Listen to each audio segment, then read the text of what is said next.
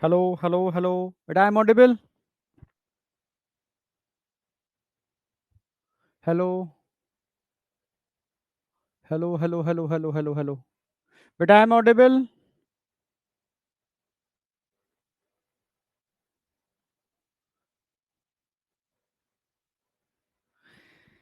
Okay, I am audible visible. ठीक है।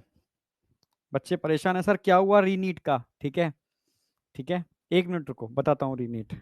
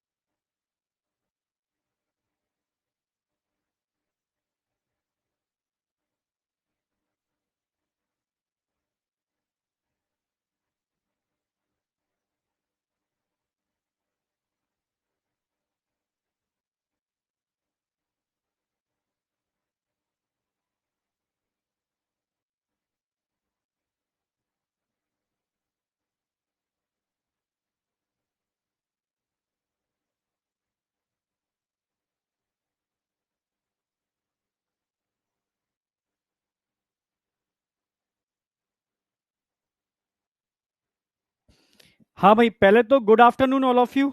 Good afternoon all of you, सभी को बेटा नमस्कार। ठीक है।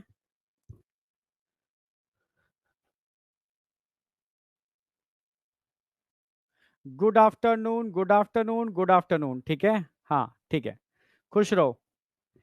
देखो, रीनीट का जो भी डिसीजन होना है, क्योंकि एक्चुअल में क्या है, जब तक वहां से डिसीजन नहीं आएगा तब तक जान अटकी रहेगी।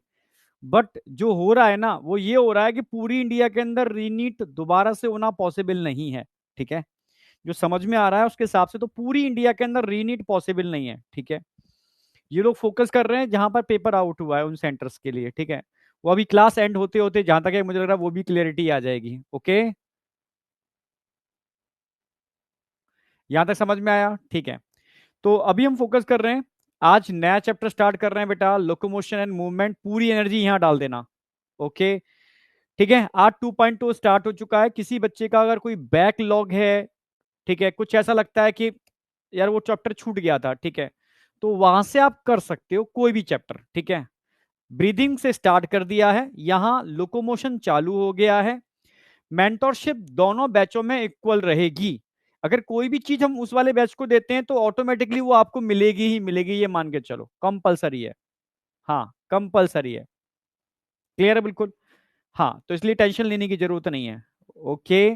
जो उनको मिलेगा वो आपको मिलेगा, जो आपको मिल रहा है वो उनको मिलेगा। दोनों बच्चों को कॉमनली चीजें मिलेंगी। ठीक है। चाहे मेंटोरशिप हो या कुछ भी हम एडिशनल देते हैं, वो दोनों के लिए बराबर है। ओके। जिन लोगों को एनवाईटीएस अभी घर तक नहीं पहुंचा, 28 से पहले पहले पहुंच जाएगा, क्योंकि एग्जाम तो 28 को होना है। तब तक हम एनवाईटीएस की प्रैक्टिस करा रहे हैं। ठीक है। तो एनवाईटीएस कुछ बच्चे अगर लेना भी चाहते हैं तो ले सकते हैं अभी। ठीक है। हो सकता है फर्स्ट टेस्ट वो अटेम्प्ट ना कर पाए, तो सेकंड टेस्ट से वो हमारे पैरेलल आकर के चीजें स्टार्ट कर सकते हैं। फर्स्ट टेस्ट खुद दे लें, ठीक है, एक बार रीचेक कर लें ओएमआर के ऊपर। सेकंड से आप कंटिन्यू ईयर लॉन्ग पूरा मेंटेन करके चलोगे। हाँ, जो फर्स्ट टेस्ट का सिलेबस है, मैं फिर से बोल दे रहा हूं, फर्स्ट टेस्ट में अगर जूलॉजी की बात करते हैं तो 3 चैप्टर आ रहे हैं: ब्रीदिंग, बॉडी फ्लूइड सर्कुलेशन और excretory product and there elimination. तो इस वीक में मैं इन तीनों चैप्टर का रिवीजन करा रहा हूं, और ऐसी थ्योरी नहीं पढ़ा रहा मैं। ठीक है। जो रिवीजन होगा, जैसे आज रात 9 बजे ब्रीदिंग करा रहा हूं। ब्रीदिंग के अंदर जो टिपिकल टॉपिक है जो बच्चों को समझ में नहीं आते, जैसे रेगुलेशन ऑफ ब्रीदिंग, जैसे मैकेनिज्म ऑफ ब्रीदिंग, जैसे पल्मोनरी वॉल्यूम एंड कैपेसिटी, जो समझ नहीं आते, आप समझ रहे हो ना, उनको ब्रीफली मैं एक सिंगल स्लाइड पर एकदम कंसेप्चुअल सेट करूंगा। और बेहतरीन लेवल के ऐसे क्वेश्चन जो एनसीईआरटी की लाइंस को क्लियर करें, ठीक है। या एनसीईआरटी की हिडन लाइन से उठा रहा हूं मैं, वो लाइंस उठा रहा हूं जो बच्चे के समझ नहीं आती, ये बच्चा छोड़ देता है। आप समझ रहे हो, बहुत सारी लाइंस ऐसी हैं जो, जैसे लंग्स के अंदर दे रखा है ना, per unit volume diffusion of CO2 ज्यादा होता है comparative oxygen, per unit volume नहीं समझ में आता, ठीक है। जैसे प्राइमरी एक्सचेंज पार्ट, ठीक है, जैसे एक्सचेंज ऑफ गैसेस की बात करते हैं, लंग्स भी होता है और टिश्यू भी होता है, दोनों जगह डिफ्यूजन चल रहा है, पर प्राइमरी एक्सचेंज पार्ट कौन सा है, ठीक है, लंग्स वाला, क्यों है, उस पर क्वेश्चन लेकर के आ रहे हैं। आप समझ रहे हो, तो ऐसे हिडन पॉइंट्स जहां से जो छूट जाते हैं अक्सर कर, ठीक है, नहीं ध्यान देता बच्चा, वहां से हम चीजें उठा रहे हैं और उन चैप्टर के अंदर डिस्कस कर रहे हैं। एनसीईआरटी एक एक लाइन क्वेश्चन की बेस पर क्लियर करा रहे हैं और साथ में कंसेप्ट भी दे रहे हैं, मतलब एक अल्टीमेट वे के अंदर एक नए तरीके से मैं इस चैप्टर का रिवीजन करा रहा हूं। अगर आपको ऐसा लगता है कि breathing and exchange of gases में आपकी मास्टरी है, तो भाई देख लेते हैं आज रात 9 बजे, ठीक है, किसमें कितना है दम, मतलब कितना कर पाते हो। अगर ये मेरी गारंटी है, सारे क्वेश्चन सॉल्व नहीं कर पाओगे आप, 100% क्वेश्चन सॉल्व नहीं कर पाओगे, ये गारंटी है। समझ गए, यस या नो? चलो ठीक है, वो देखेंगे रात में, वो रात की बात है। अब समझो मेरी बात, अब यहां हम बात कर रहे हैं बेटा लोकोमोशन और मूवमेंट, जो हाईली कंसेप्चुअल है, हाईली कंसेप्चुअल है, आपको अच्छे से समझना भी है इस चैप्टर को, ठीक है। जिसमें आज दो चीजें मैं कवर करने वाला हूं, बता दूं आपको। इसमें एक तो मैं कवर करने वाला हूं, ठीक है, लोकोमोशन है क्या, और स्ट्रक्चर ऑफ स्केलेटल मसल्स, जो अपने में ही एक बहुत बड़ा टॉपिक है, ठीक है, क्योंकि यहां पर हम टिश्यू वाला पार्ट भी कवर कर देते हैं, पूरा एकदम कंसेप्चुअल, ठीक है। ये टारगेट रहेगा, एनसीईआरटी में साथ लेके चल रहा हूं, जिससे कि एनसीईआरटी की कोई भी हिडन लाइन है जो आपसे छूट जाती है, क्योंकि अभी उस दिन सेंटर पर था, बच्चे ने कहा सर आपके नोट्सों में पूरी एनसीईआरटी होती है, ठीक है, मुझे नोट समझ में बहुत अच्छे से आते हैं, सब चीजें क्लियर हैं, सारे क्वेश्चन सॉल्व हो जाते हैं, पर आप कहते हो एनसीईआरटी भी पढ़ लो एक बार। जब मैं एनसीईआरटी पढ़ता हूं तो मुझसे पढ़ी नहीं जाती, तो इस वजह से फिर आप साथ एनसीईआरटी साथ करा दोगे तो शायद मैं अच्छे से समझ पाऊं, मुझे वो इंग्लिश की टिपिकल लाइनें समझ नहीं आती, ठीक है, नोट समझ में आते हैं, क्वेश्चन सॉल्व हो जाते हैं, नो डाउट इससे सफिशियंट है। पर कुछ क्वेश्चन जैसे मैं आज कराने वाला हूं रात 9 बजे, ठीक है, ऐसे क्वेश्चन होते हैं जो कंसेप्ट आते हुए, समझ रहे हो, नोट्स आते हुए भी गलत कर देते हो, उसमें एनसीईआरटी की हेडलाइंस बड़ा इंपॉर्टेंट रोल प्ले करती हैं, तो वो मैं आज उठाने वाला हूं रात 9 बजे, ठीक है, ओके। तो उसको तुम गलत ना करो, इसलिए मैं यहां पर भी एनसीईआरटी साथ लेके चल रहा हूं।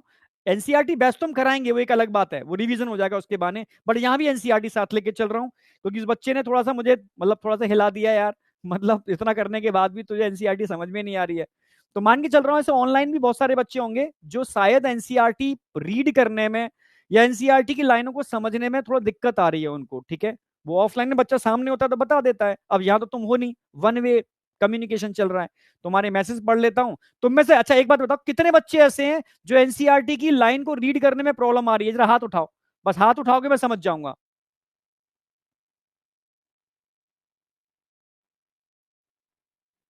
कितने बच्चे ऐसे हैं जिनको एनसीईआरटी रीड करने में दिक्कत आती है?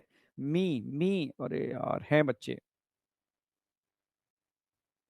नहीं जिनको दिक्कत है बस वही हाथ उठाएंगे। है। चलो ठीक है, हाथ उठ रहे हैं, चलो समझ गया, फिर ठीक है, मैं एनसीईआरटी भी साथ में करा दूंगा, जिससे कि थोड़ा सा तुम्हें बेनिफिट मिल जाएगा, क्योंकि मेरे दिमाग में चल रहा था मैं एनसीईआरटी तो कराऊंगा ही, ठीक है, एक पूरा पूरा एनसीईआरटी सेशन ही चलेगा, 40 से 50 या हो सकता है ज्यादा दिन भी लग जाए लास्ट में, मतलब 1.5 महीना एनसीईआरटी ही चलेगी लास्ट में, पूरा सिलेबस खत्म हो जाने के बाद, ठीक है। पर मैं चाह रहा हूं कि मैं अभी भी करा देता हूं, क्योंकि बच्चे ने बताया उसके हिसाब से मुझे लग रहा है अभी करा दूं और फिर बाद में फिर एक बार करा दूं, ठीक है, मतलब मल्टीपल टाइम रिवीजन करा दूं, ठीक है, ओके। तो स्टार्ट कर रहे हैं, और रिवीजन, क्योंकि एक बच्चे ने कहा है कि सर रिवीजन कैसे करना है, तो मेंटोरशिप के अंदर मैं, मेरा सबसे पहला लेक्चर रहेगा, लाइव होगा, 1.0 2.0 दोनों में लाइव बच्चों के साथ होगा, बैच में होगा, मतलब अपने आपके बैच में होगा अपने, ठीक है। उसमें पूरी रिवीजन स्ट्रेटेजी लेकर के आ रहा हूं, एक्चुअल में रिवीजन की सही स्ट्रेटेजी क्या होनी चाहिए, चाहे फिजिक्स हो, केमिस्ट्री हो, जूलॉजी हो या बॉटनी हो, ठीक है, एक रिवीजन की स्ट्रेटेजी क्या होनी चाहिए वो मैं लेकर के आ रहा हूं, ठीक है। मेरा पहला मेंटोरशिप रिवीजन स्ट्रेटेजी का है, मेरा दूसरा मेंटोरशिप पेपर की एनालिसिस का है, आखिर हम पेपर को कैसे एनालाइज करें, कई बच्चों को नहीं पता यार, आप सर कहते तो पेपर एनालिसिस, सर मैं नहीं समझ पा रहा एनालिसिस की कैसे जाए, उस पर काम कैसे किया जाए, समझ गया मैं। तो अब मैक्सिमम बच्चों को ये प्रॉब्लम होगी। तो अभी कॉमन जो क्वेश्चंस निकल के आ रहे हैं डिस्कशन के बाद, उनको हम मेंटरशिप में उठा रहे हैं, ठीक है। फिर पर्सनल मेंटरशिप आप सेंटर पर भी कर सकते हो, ठीक है। और भी तरीके हम जूम या कुछ ना कुछ तरीके लेकर के आएंगे, उसके थ्रू उसको भी करेंगे, ठीक है। बट हम मैक्सिमम प्रॉब्लम सॉल्व करना चाह रहे हैं इस तरीके से। ओके, हाँ, एनसीईआरटी में साथ लेके चल रहा हूं, ठीक है। चलो अब स्टार्ट करते हैं। सबसे पहला स्लाइड आपका यहां से स्टार्ट होगा, बिल्कुल बेसिक से उठाऊंगा, समझना, हर चीज को कंसेप्चुअल क्लियर करके मैं आगे बढ़ूंगा, ठीक है। सबसे पहले हम बात करते हैं व्हाट इज लोकोमोशन। आप समझना लोकोमोशन क्या होता है और मूवमेंट क्या होते हैं, ठीक है। अब जैसे मानो मैं एक जगह स्टेबल हूं, ठीक है। ये मेरी बॉडी में डिस्प्लेसमेंट नहीं हो रहा, डिस्प्लेसमेंट समझते हो, ठीक है। इधर से उधर मूवमेंट, मतलब मेरी बॉडी मूव कर रही है, ये मूवमेंट है, ये मूवमेंट है, ये मूवमेंट है। प्लांट है, मानो प्लांट हूं, प्लांट एक ही जगह क्या कर रहे हैं, मूवमेंट कर रहे हैं, प्लांट एक ही जगह क्या कर रहे हैं, movement, this a movement. Displacement नहीं हो रहा मेरी बॉडी के अंदर, मूवमेंट हो रहे हैं, समझना मेरी बात। अगर मेरी बॉडी एक जगह से दूसरी जगह नहीं जा पा रही, डिस्प्लेसमेंट जीरो है, और फिर भी दिस इज अ मूवमेंट, समझ रहे हो ना मेरी बात। ये क्या चल रहा है, ये मूवमेंट चल रहा है, मूवमेंट, समझ रहे हो ना मेरी बात। मेरी बॉडी में मूवमेंट हो रहा है पर डिस्प्लेसमेंट जीरो है, आप समझ रहे हो। तो एक्चुअल में ये मूवमेंट्स हैं जो प्लांट के अंदर भी होते हैं और एनिमल्स के अंदर भी होते हैं, पर प्लांट एक जगह स्टेबल होते हैं, उनके मूवमेंट डिस्प्लेसमेंट जीरो रखते हैं, मतलब एक जगह से दूसरी जगह मूव नहीं कर सकते, आप समझ रहे हो। अगर उनके अंदर मूवमेंट एक जगह से दूसरी जगह होता, डिस्प्लेसमेंट होता, तो उसको हम लोकोमोशन बोलते हैं। ऐसा कोई भी मूवमेंट जो बॉडी को एक जगह से दूसरी जगह लेके जाता है, उसको हम लोकोमोशन बोलते हैं। और बात बाकी के ये सब मूवमेंट, तो सबसे पहले मैं बताऊंगा मूवमेंट्स क्या होते हैं जो एनसीईआरटी ने एक्सप्लेन किए हैं, एनसीईआरटी की एक चीज को क्लियर करना है। फिर मैं बताऊंगा लोकोमोशन क्या होते हैं, फिर लोकोमोशन मूवमेंट में डिफरेंस क्या होता है, मतलब एनसीईआरटी के लाइंस को क्लियर करते हुए चलना, क्वेश्चन कहीं से भी आ जाए तुम उड़ा दो, ठीक है। आप समझ रहे हो ना मेरी बात, हाँ। तो कुछ ऐसे ही समझते हुए चलना है, ओके।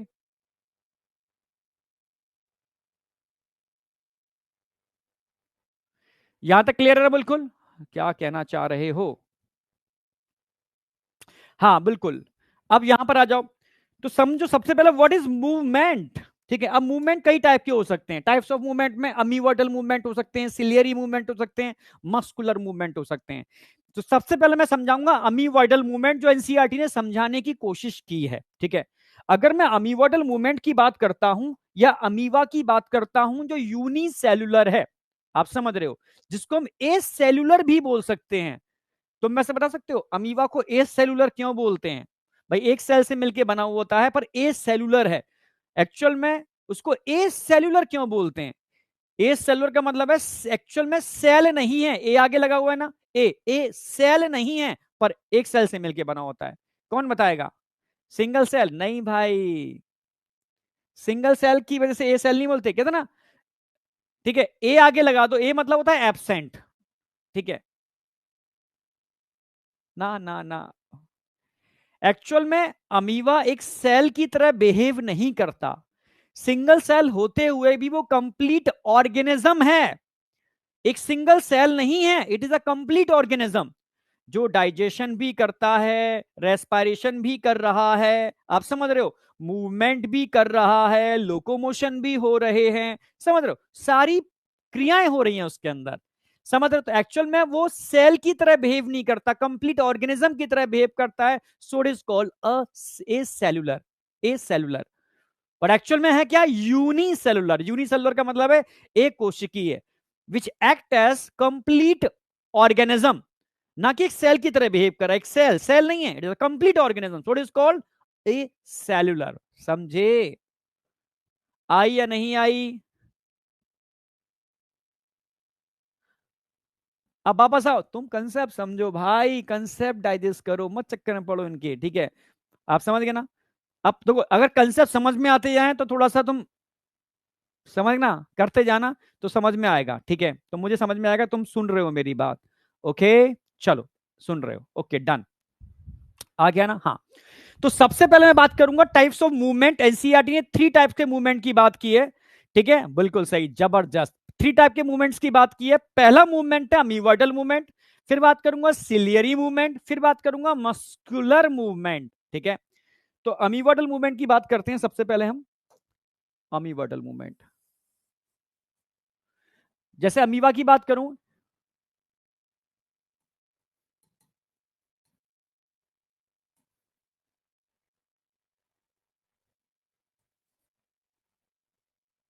अमीबा की बात करें जिसमें अमीवर्डल मूवमेंट मिलता है, ठीक है, अब समझना।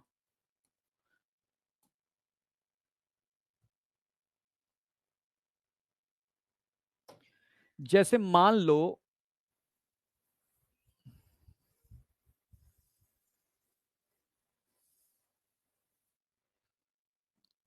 ठीक है,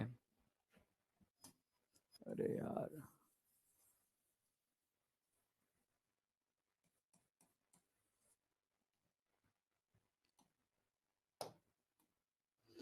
इस अमीबा के अंदर ये सब क्वेश्चन आएंगे, ध्यान रखना। अब मैं एक एनसीईआरटी की लाइन तोड़ रहा हूं, ठीक है, ये सब माइक्रोफिलामेंट्स हैं, माइक्रोफिलामेंट्स। अंदर क्या भरा हुआ है? प्रोटोप्लाज्म। अंदर क्या भरा हुआ है? प्रोटोप्लाज्म।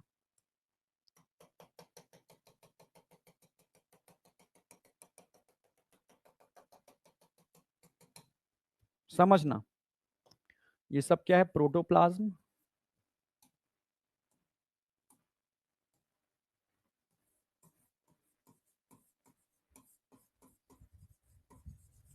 ये छोटे छोटे दिख रहे हैं फिलामेंट, ये क्या है? माइक्रोफिलामेंट्स।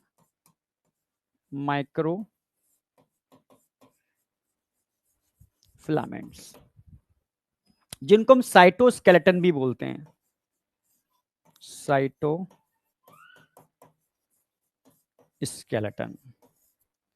ठीक है। अब क्या हो रहा है यहां पर? स्ट्रीमिंग मूवमेंट हो रही है, streaming movement of protoplasm, streaming movement of protoplasm. Protoplasm की स्ट्रीमिंग मूवमेंट हो रही है, अलग कलर से दिखाता हूं। ये प्रोटोप्लाज्म मूव कर रहा है, streaming movement of protoplasm with the help of cytoskeleton, streaming movement of protoplasm with the help of cytoskeleton, मतलब माइक्रोफिलामेंट।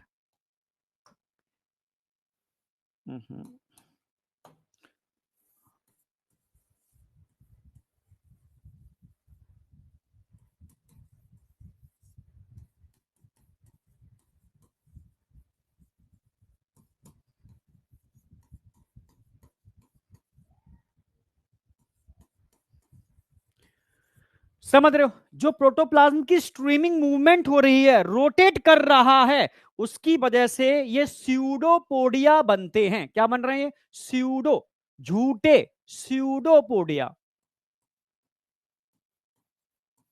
स्यूडोपोडिया,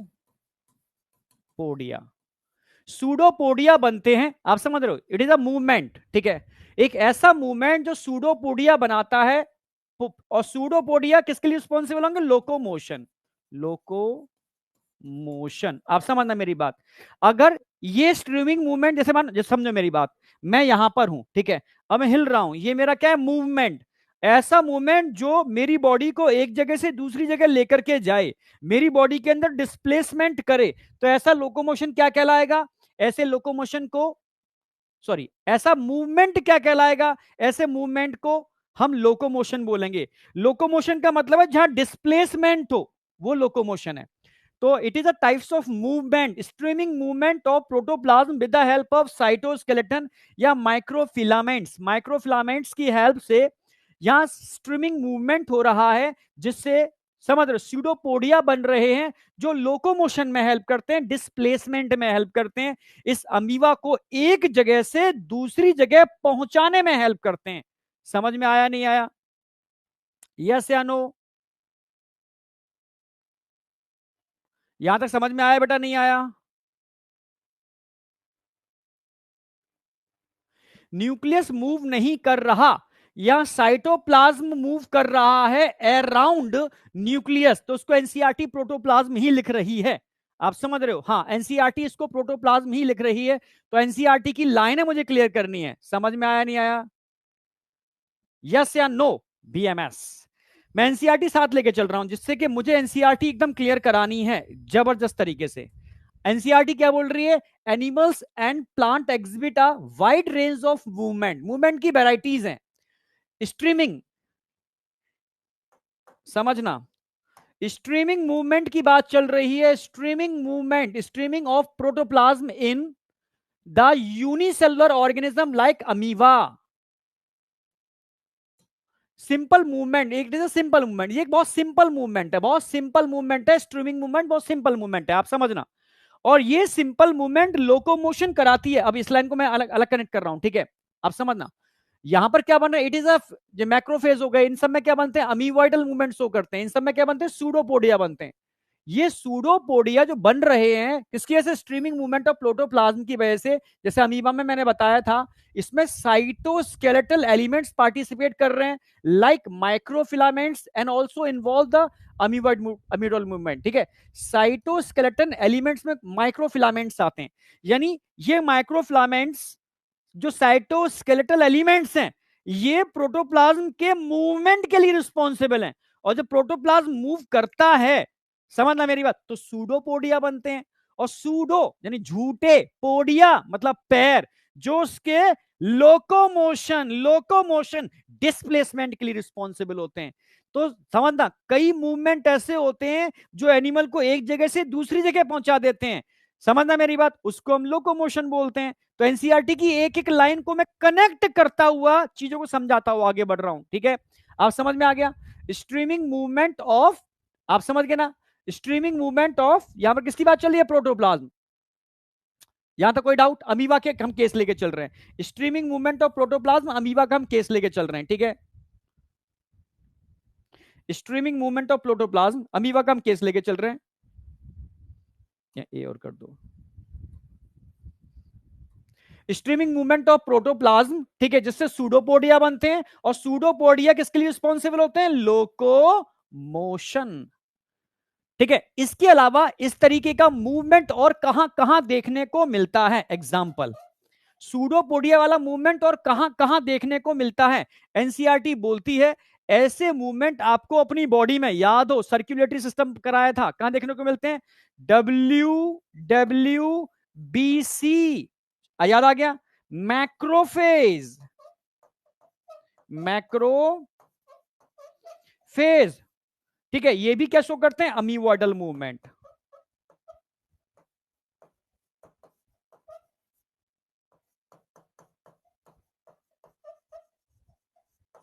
एक बात समझ में आई?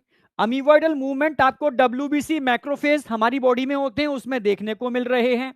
अमीबा के अंदर होता है, ठीक है। यहां पर streaming, streaming movement of protoplasm हो रहा है with the help of microfilament cytoskeleton. इस पर क्वेश्चन आ सकता है, ठीक है। हमने कुछ क्वेश्चन बनाए हैं इनके ऊपर भी, जिससे कि आप कर पाओ, ठीक है।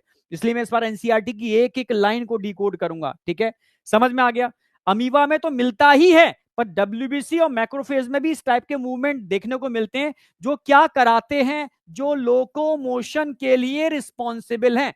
लोकोमोशन समझ में आ गया? अगर बॉडी के अंदर डिस्प्लेसमेंट होता है, ऐसे मूवमेंट, जैसे प्लांट मूव करते हैं, प्लांट के मूवमेंट लोकोमोशन नहीं कराते। हमारे बॉडी के कुछ मूवमेंट, सारे मूवमेंट नहीं, जैसे लॉ, क्या बॉडी में डिस्प्लेसमेंट हो रहा है? नहीं।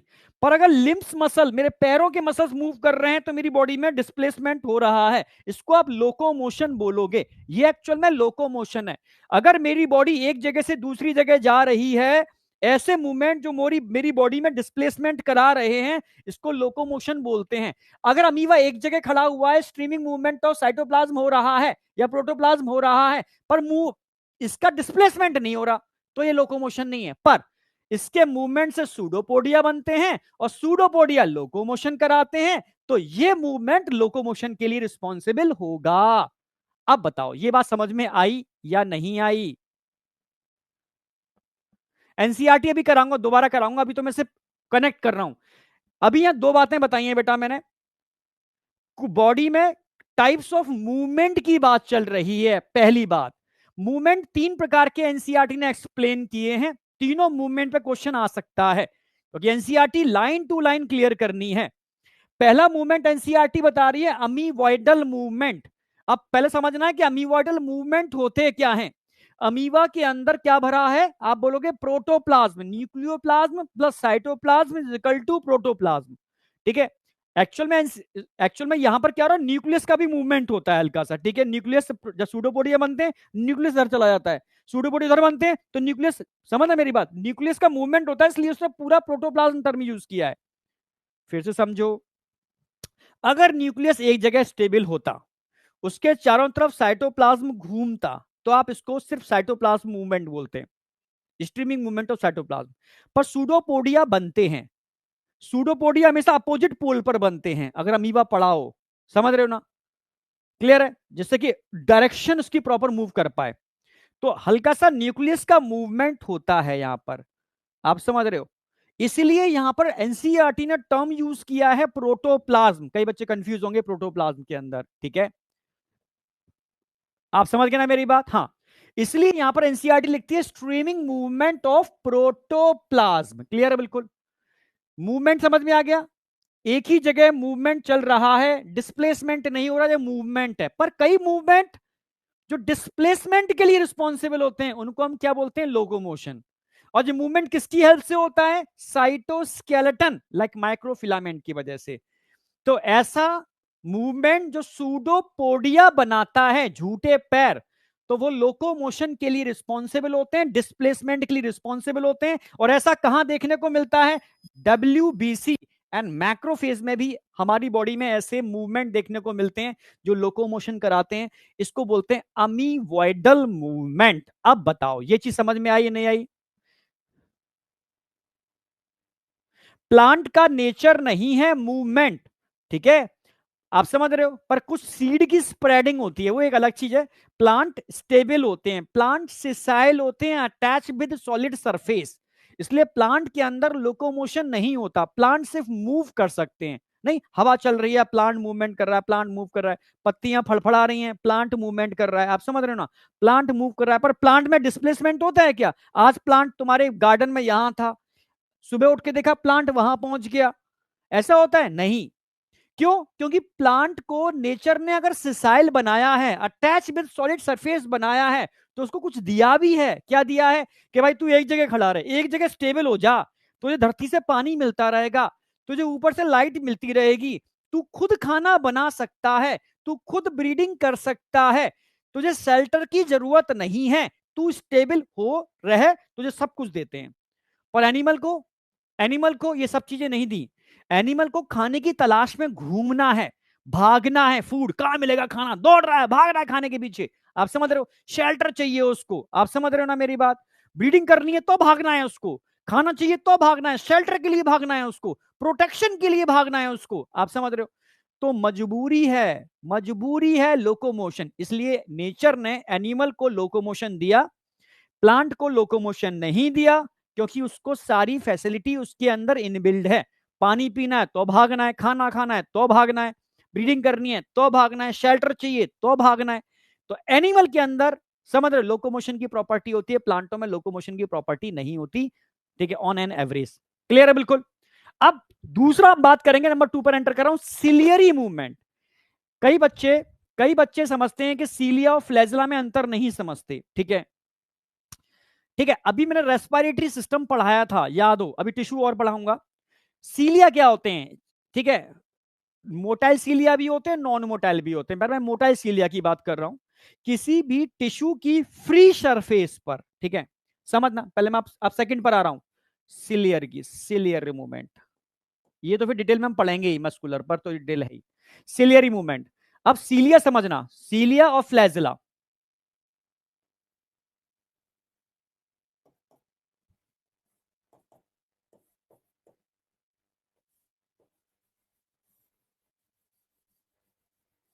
फ्लैजिलम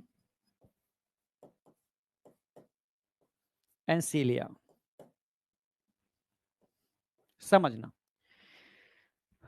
अगर मैं फ्लैजिलम की बात करता हूं, पहले फ्लैजिलम कुछ भी ले लो, सीलिया की बात कर लेते हैं, चलो।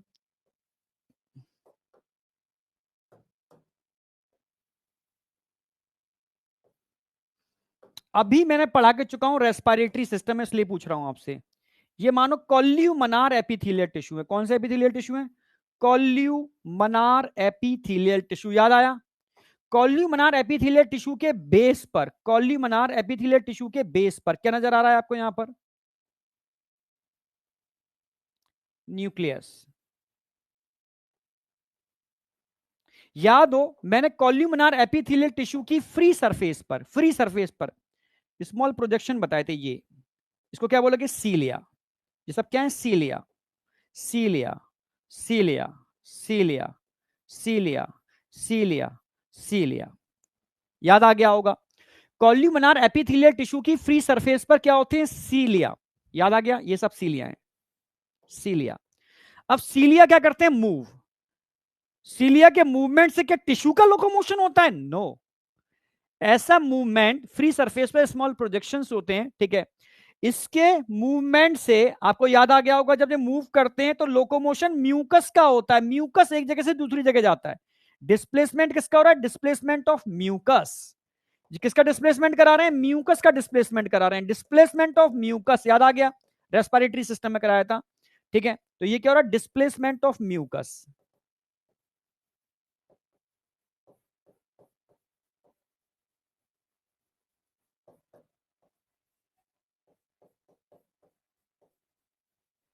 म्यूकस का डिस्प्लेसमेंट हो रहा है। और ये म्यूकस क्या काम करता है? आपकी कंडक्टिंग एयर को फ्री फ्रॉम फॉरेन पार्टिकल, याद आया कंडक्टिंग जोन का फंक्शन? ये फॉरेन पार्टिकल से कंडक्टिंग एयर को क्लीन करने का काम करता है। रेस्पिरेटरी सिस्टम में बहुत डिटेल में समझाया था मैंने, ठीक है। ये सीलिया होते हैं, सीलिया का काम है, ठीक है। स्मॉल प्रोजेक्शन होते हैं। देखिए फ्लैजिलम एक नहीं होता, फ्लैजिलम मल्टी नहीं होते, फ्लैजिलम कोई सिंगल होता है, सिंगल आउट ग्रोथ होती है, किसी भी एनिमल के सिंगल पोल पर होती है। याद आया? जो मूव करता है तो उस एनिमल के अंदर या उस सेल के अंदर लोकोमोशन होता है, जैसे स्पर्म, याद हो, ठीक है। तो पहले सीलिया का एग्जांपल समझ में आया। अच्छा सीलिया और कहां पर होते हैं, ठीक है। इसका एग्जांपल दो याद रखना, एक तो रेस्पिरेटरी ट्रैक,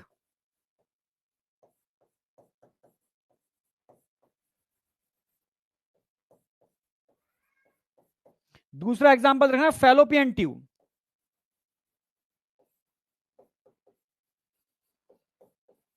याद आया? फैलोपियन ट्यूब में, फैलोपियन ट्यूब में छोटे छोटे सीलिया होते हैं। जब ओवा का फर्टिलाइजेशन होता है तो उस ओवा को धीरे धीरे एम्पुल, उस ओवा को धीरे धीरे यूट्रस के अंदर लेकर के जाते हैं, उस फर्टिलाइज एग को धीरे धीरे यूट्रस के अंदर लेके जाते हैं, वो ये सीलिया ही होते हैं, ठीक है। सीलिया के मूवमेंट से म्यूकस का डिस्प्लेसमेंट होता है। सीलिया के मूवमेंट से फैलोपियन ट्यूब में फर्टिलाइज एग का डिस्प्लेसमेंट होता है। आप समझ में आ गया? तो ये सिलियरली मूवमेंट है, ठीक है। दो बहुत अच्छे एग्जाम्पल हैं, एक तो रेस्पिरेटरी ट्रैक और फैलोपियन ट्यूब, और एनसीईआरटी ने भी ये दो ही एग्जांपल एक्सप्लेन किए हैं, रेस्पिरेटरी ट्रैक और फैलोपियन ट्यूब, ठीक है। साथ में एनसीईआरटी ने थोड़ा सा अमीबा के उसमें पैरामीशियम में भी बता दिया कि पूरे पैरामीशियम में भी छोटे छोटे सीलिया होते हैं और एक बड़ा सा फ्लैजिलम होता है जो लोकोमोशन में हेल्प करता है, ठीक है। याद आया ना? हाँ, और सीलिया का एक एग्जाम्पल और आप याद कर सकते हो, ठीक है। और तो नहीं, दो एग्जाम्पल एनसीईआरटी ने दो ही दे रखे हैं, ठीक है, ये दो ध्यान रखना।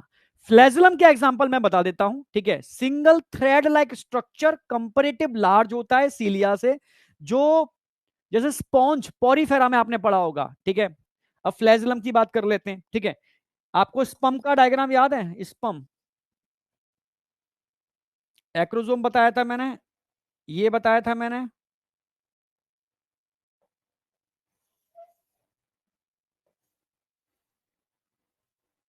मिडिल पीस, याद आ गया? स्पम।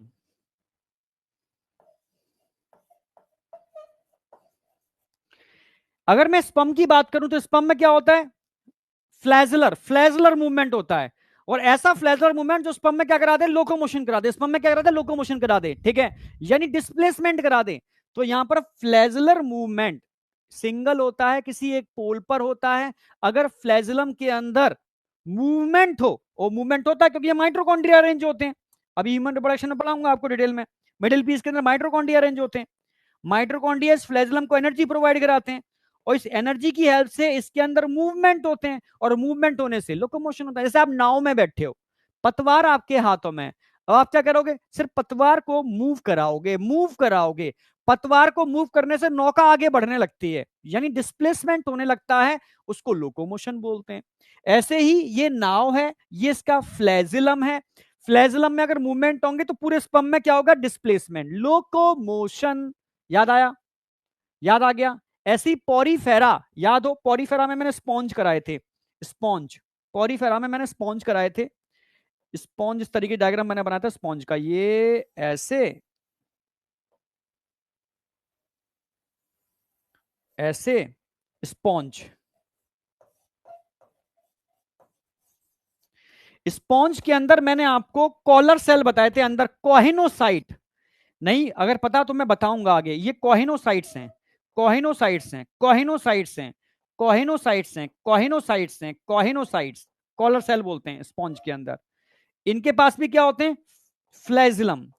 क्या होते हैं, फ्लैजिलम, फ्लैजिलम, फ्लैजिलम, फ्लैजिलम। ये फ्लैजिलर जब मूवमेंट करते हैं तो इससे वाटर करंट बनता है, वाटर का फ्लो होता है, जो मैं पॉरीफेरा में कराऊंगा। तो यहां पर पोर होते हैं, पॉरीफेरा में क्या होते हैं, पोर। ये क्या होते हैं, पोर। ये क्या होते हैं, पोर। ये क्या होते हैं, पोर। ये पोर हैं, ये पोर हैं। और इन पोर को बनाने के लिए जो सेल्स होते हैं, इनको हम पोडोसाइट सेल्स बोलते हैं।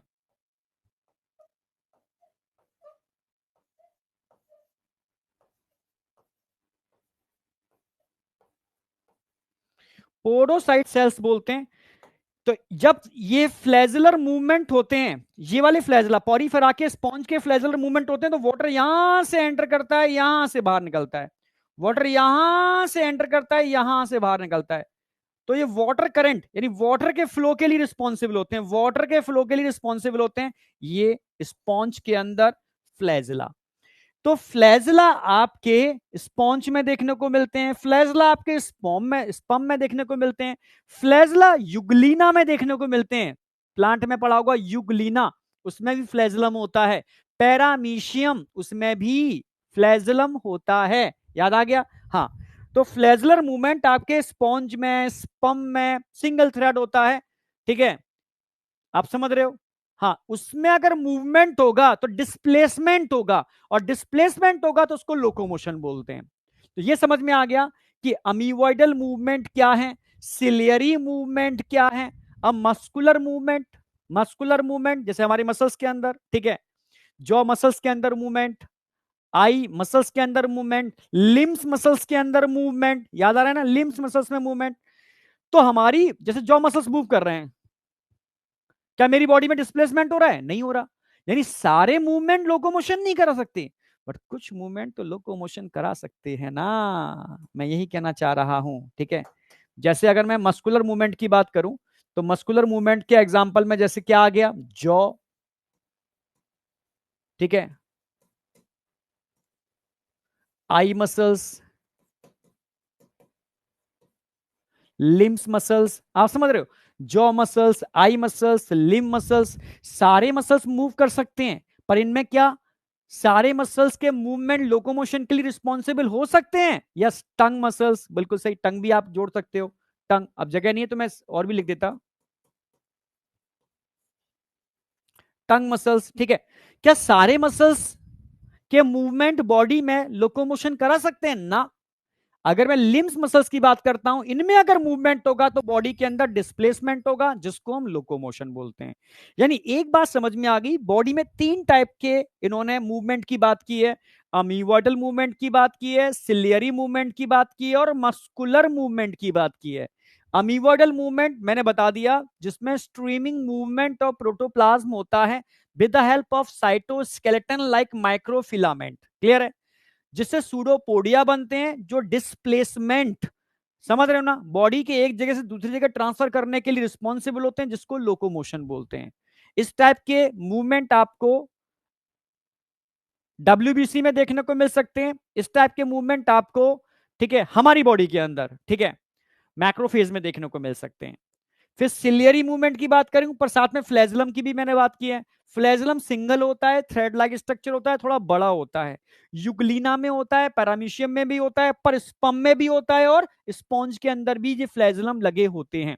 इन फ्लैजलम के अंदर अगर मूवमेंट होगा तो बॉडी के अंदर क्या होगा, डिस्प्लेसमेंट, और डिस्प्लेसमेंट को बोलते हैं लोकोमोशन। यानी फ्लैजलर मूवमेंट और सिलियरी मूवमेंट भी डिस्प्लेसमेंट कराने के लिए रिस्पॉन्सिबल हो सकते हैं। पर सीलिया फ्री सरफेस पर, किसी भी एपिथेलियल टिश्यू की फ्री सरफेस पर छोटे छोटे स्ट्रक्चर्स होते हैं, बहुत सारे स्ट्रक्चर्स होते हैं, इनमें अगर मूवमेंट होता है तो ये म्यूकस को या किसी भी चीज को, ठीक है, डिस्प्लेसमेंट कराने के लिए रिस्पॉन्सिबल हो सकते हैं। इसके अलावा टेंटिकल्स भी होते हैं, टेंटिकल्स, अब जगह नहीं है तो मैं फ्लैजलम के अलावा टेंटिकल्स की भी बात करता हूं। ओके, टेंटिकल्स कहीं लिख दो, बस एक एग्जांपल और लिख रहा हूं, टेंटिकल्स।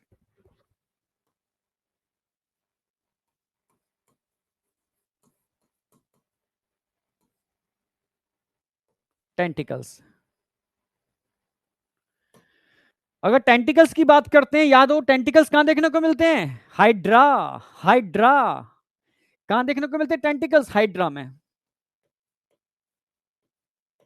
हाइड्रा, जब हाइड्रा पढ़ाऊंगा तो हाइड्रा की फ्री सरफेस पर, ठीक है, स्टोमो को जो स्टोमोडियम होता है ना, ठीक है, वहां पर टेंटिकल्स होते हैं।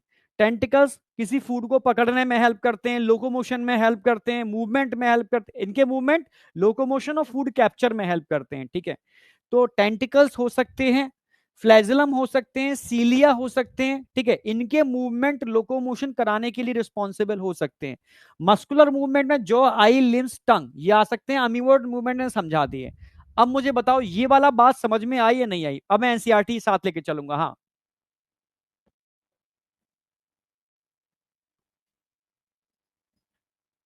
हाँ टेंटिकल से, ठीक है। यहां तक कोई डाउट समझ में आया, मतलब कोई डाउट है? अब एक बार एनसीईआरटी देख लो जिससे एकदम कंसेप्ट क्लियर हो जाए आपका। सबसे पहले मैंने क्या बताया, movement is one of the significant feature of living being, जिसमें एनिमल्स की मैं बात करता हूं और प्लांट की बात करता हूं, exhibit wide range of movement. Movement दोनों के अंदर मिलते हैं, एनिमल हो या प्लांट, मूवमेंट तो दोनों के अंदर मिलते हैं। क्लियर, बिल्कुल। पर जब भी मैं लोकोमोशन की बात करूंगा, लोकोमोशन प्लांट के अंदर नहीं मिलेगा, ओनली एनिमल के अंदर मिलेगा, पहली बात। streaming of protoplasm in the unicellular organism like amoeba is a simple form of movement। Movement की सबसे सिंपल फॉर्म कौन सी है, स्ट्रीमिंग मूवमेंट ऑफ, ठीक है, प्रोटोप्लाज्म इन अमीबा। जैसे movement of cilia, movement of flagella, movement of tentacles are show by many organism. ये भी क्या है, मूवमेंट ही तो है। ह्यूमन बीइंग के अंदर बात करते हैं, limbs, jaw, eyelid, tongue etcetera, इनके अंदर मूवमेंट होते हैं। Some of the movement result in change of place या लोकेशन। कुछ मूवमेंट प्लेस और लोकेशन को चेंज करते हैं, और इस टाइप के वॉलेंट्री जो आपकी इच्छा के अनुसार हो रहे हैं, इन मूवमेंट को हम लोकोमोशन बोलते हैं। इस टाइप के वॉलेंट्री मूवमेंट को हम लोकोमोशन बोलते हैं। अब लोकोमोशन की डेफिनेशन क्लियर हुई होगी आपको, ठीक है। जैसे walking, running, climbing and flying etcetera, ठीक है। आपसे swimming are also the form of locomotory movement. Locomotory structure need not a different form, those effect the other types of the movement. For example जैसे paramecium है, ठीक है, इसमें cilia भी बोलते हैं, cilia in the movement of food through cytopharynx, उसमें cytopharynx होता है, सीलियरली मूवमेंट के थ्रू खाना अंदर एंटर करता है पैरामीशियम के अंदर, and in locomotion as well as, और साथ में ये लोकोमोशन में भी हेल्प करते हैं, ठीक है। जैसे हाइड्रा की अगर मैं बात करूं, hydra can use it's tentacles for capturing its prey and also use them for locomotion. तो हाइड्रा के अंदर टेंटिकल्स होते हैं जो मूव लोकोमोशन में भी हेल्प करते हैं और प्रे को पकड़ने में भी हेल्प करते हैं। आप समझ रहे हो, we use limbs for changes in body posture and locomotion as well, ठीक है।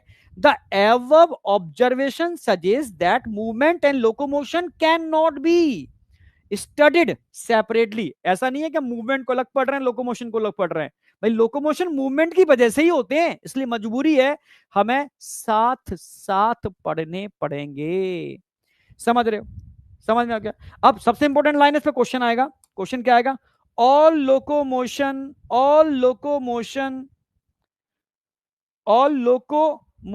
Are movement. भाई सारे के सारे लोकोमोशन मूवमेंट की वजह से होते हैं, are movements, but all movements are not locomotion.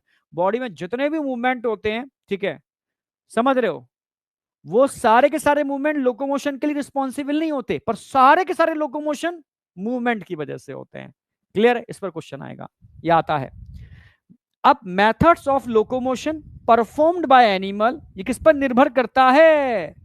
भाई किसका कौन सा मेथड है? मुझे स्विमिंग करनी है, मुझे उड़ना है, मुझे चलना है, ये किस पर निर्भर करेगा? भाई मेरा हैबिटेट क्या है। मैं पानी में रहूंगा तो स्विमिंग करूंगा, मुझे हवा में रहना होगा तो मैं फ्लाइंग करूंगा, मुझे अगर धरती पर चढ़ना है तो मैं रनिंग करूंगा। सिंपल सी बात। यानी किस पर निर्भर करता है? हैबिटेट। इस पर क्वेश्चन नहीं बना नीट में अभी तक, बनेगा। And demand of the situation, demand क्या है आप समझ रहे हो?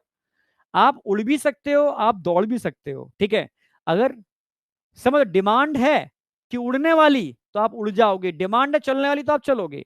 आप समझ, और आपका हैबिटेट क्या है, कहाँ रहते हो, समझ रहे हो? इन दो चीजों पर निर्भर करता है, डिमांड ऑफ सिचुएशन और आपका हैबिटेट। इस पर क्वेश्चन नहीं बना, इस पर क्वेश्चन बनेगा, वेरी इंपॉर्टेंट, ठीक है। और ऑल लोकोमोशन वाला अगेन वेरी इंपॉर्टेंट, ये दो इंपॉर्टेंट लाइन है, ठीक है। और एक डेफिनेशन ध्यान रखनी है, ये तीन लाइनें बहुत इंपॉर्टेंट है जो मैंने अलग से नोट्सों में ऐड कर दी हैं। नोट्स एकदम फिल्टर्ड हैं, जो एनसीईआरटी समझा रहा हूं आपको, ठीक है। ठीक है, अब एनसीईआरटी बस यही एक पैरा समझाऊंगा ये वाला। Some specialise cell in our body, जैसे मैक्रोफेज हो गए, ल्यूकोसाइट्स हो गए in blood, exhibit amoeboidal movement. दो ही एग्जांपल मैंने बताए थे, दो भी क्वेश्चन आएगा, ठीक है। It is effected by pseudopodia, pseudopodia से की वजह से हो रहा है, by the streaming of the protoplasm, जैसे अमीबा में हो रहा है। साइटोस्केलेटल एलिमेंट्स लाइक माइक्रोफिलामेंट्स और also involve in amoeboid movement. यानी अमीवर्डल मूवमेंट किसकी वजह से होता है? साइटोप्लाज्म में जो माइक्रोफिलामेंट्स पड़े हैं, ठीक है, उनकी हेल्प से, ठीक है। प्रोटोप्लाज्म का मूवमेंट होता है जो सूडोपोडिया बनाता है, और सूडोपोडिया की वजह से डिस्प्लेसमेंट होता है जिसको हम लोकोमोशन बोलते हैं, ठीक है। तो ये लाइन मैंने एकदम क्लियर करा दी है, यहां तक मुझे नहीं लगता कोई डाउट होना चाहिए। नोट्सों के अंदर मैंने एनसीईआरटी की हर वो लाइन ऐड की हुई है जहां से क्वेश्चन आने की प्रोबेबिलिटी है। समझ रहे हो ना मेरी बात? अगला, movement of सीलिया in the trachea help us removing dust particle, समझा चुका हूं पूरा का पूरा मैं, यहां पर फॉरेन पार्टिकल्स क्लीन करती है। Passage of ova through female reproductive tract, fallopian tube के अंदर मैंने बताया था, तो ये ओवा के मूवमेंट में हेल्प करती है। Movement of our limbs, jaw, tongue require muscular movement, the contractile property of muscles are effectively use for locomotion, ठीक है। तो हमारे मसल्स की कॉन्ट्रेक्टाइल प्रॉपर्टी है जिसकी वजह से हम लोकोमोशन कर पाते हैं, डिस्प्लेसमेंट कर पाते हैं। ये मैंने पूरा यहां तक करा दिया है, ठीक है। यहां तक कोई डाउट नहीं होना चाहिए। दो पैरा आपके एकदम परफेक्टली इसके अंदर इंक्लूडेड है, टाइप्स ऑफ मूवमेंट के अंदर। जितना मैं यहां लिखा रहा हूं इतना ही नोट्सों में लिखना है। नोट्स एकदम फिल्टर्ड बनेंगे, कंसेप्चुअल बनेंगे, एनसीईआरटी की सारी लाइनें इनके अंदर इंक्लूड होंगी जहां से क्वेश्चन बन सकता है। तो मैंने पूरा एकदम देख करके चीजें बना दी हैं, कई क्वेश्चन हमने डिजाइन भी किए हैं, कुछ क्वेश्चन मैंने देखे भी हैं, ठीक है। उससे मुझे लग रहा है कि यहां से क्वेश्चन बन सकता है, यहां से क्वेश्चन बन सकता है, एग्जाम्पल पर क्वेश्चन बन सकता है, फ्लैजिलम सिलिया पर क्वेश्चन बन सकता है, टेंटिकल से बन सकता है, और मस्कुलर मूवमेंट पर क्वेश्चन बन सकता है। तो ये वाली बात एकदम आपकी क्रिस्टल क्लियर है। अब मैं आगे बढ़ रहा हूं। अभी मैंने बताया एनसीईआरटी की सबसे इंपॉर्टेंट लाइन क्या है? Some of the movement result in change of place, displacement. समझ में आ गया? एक इंसान यहां पर है,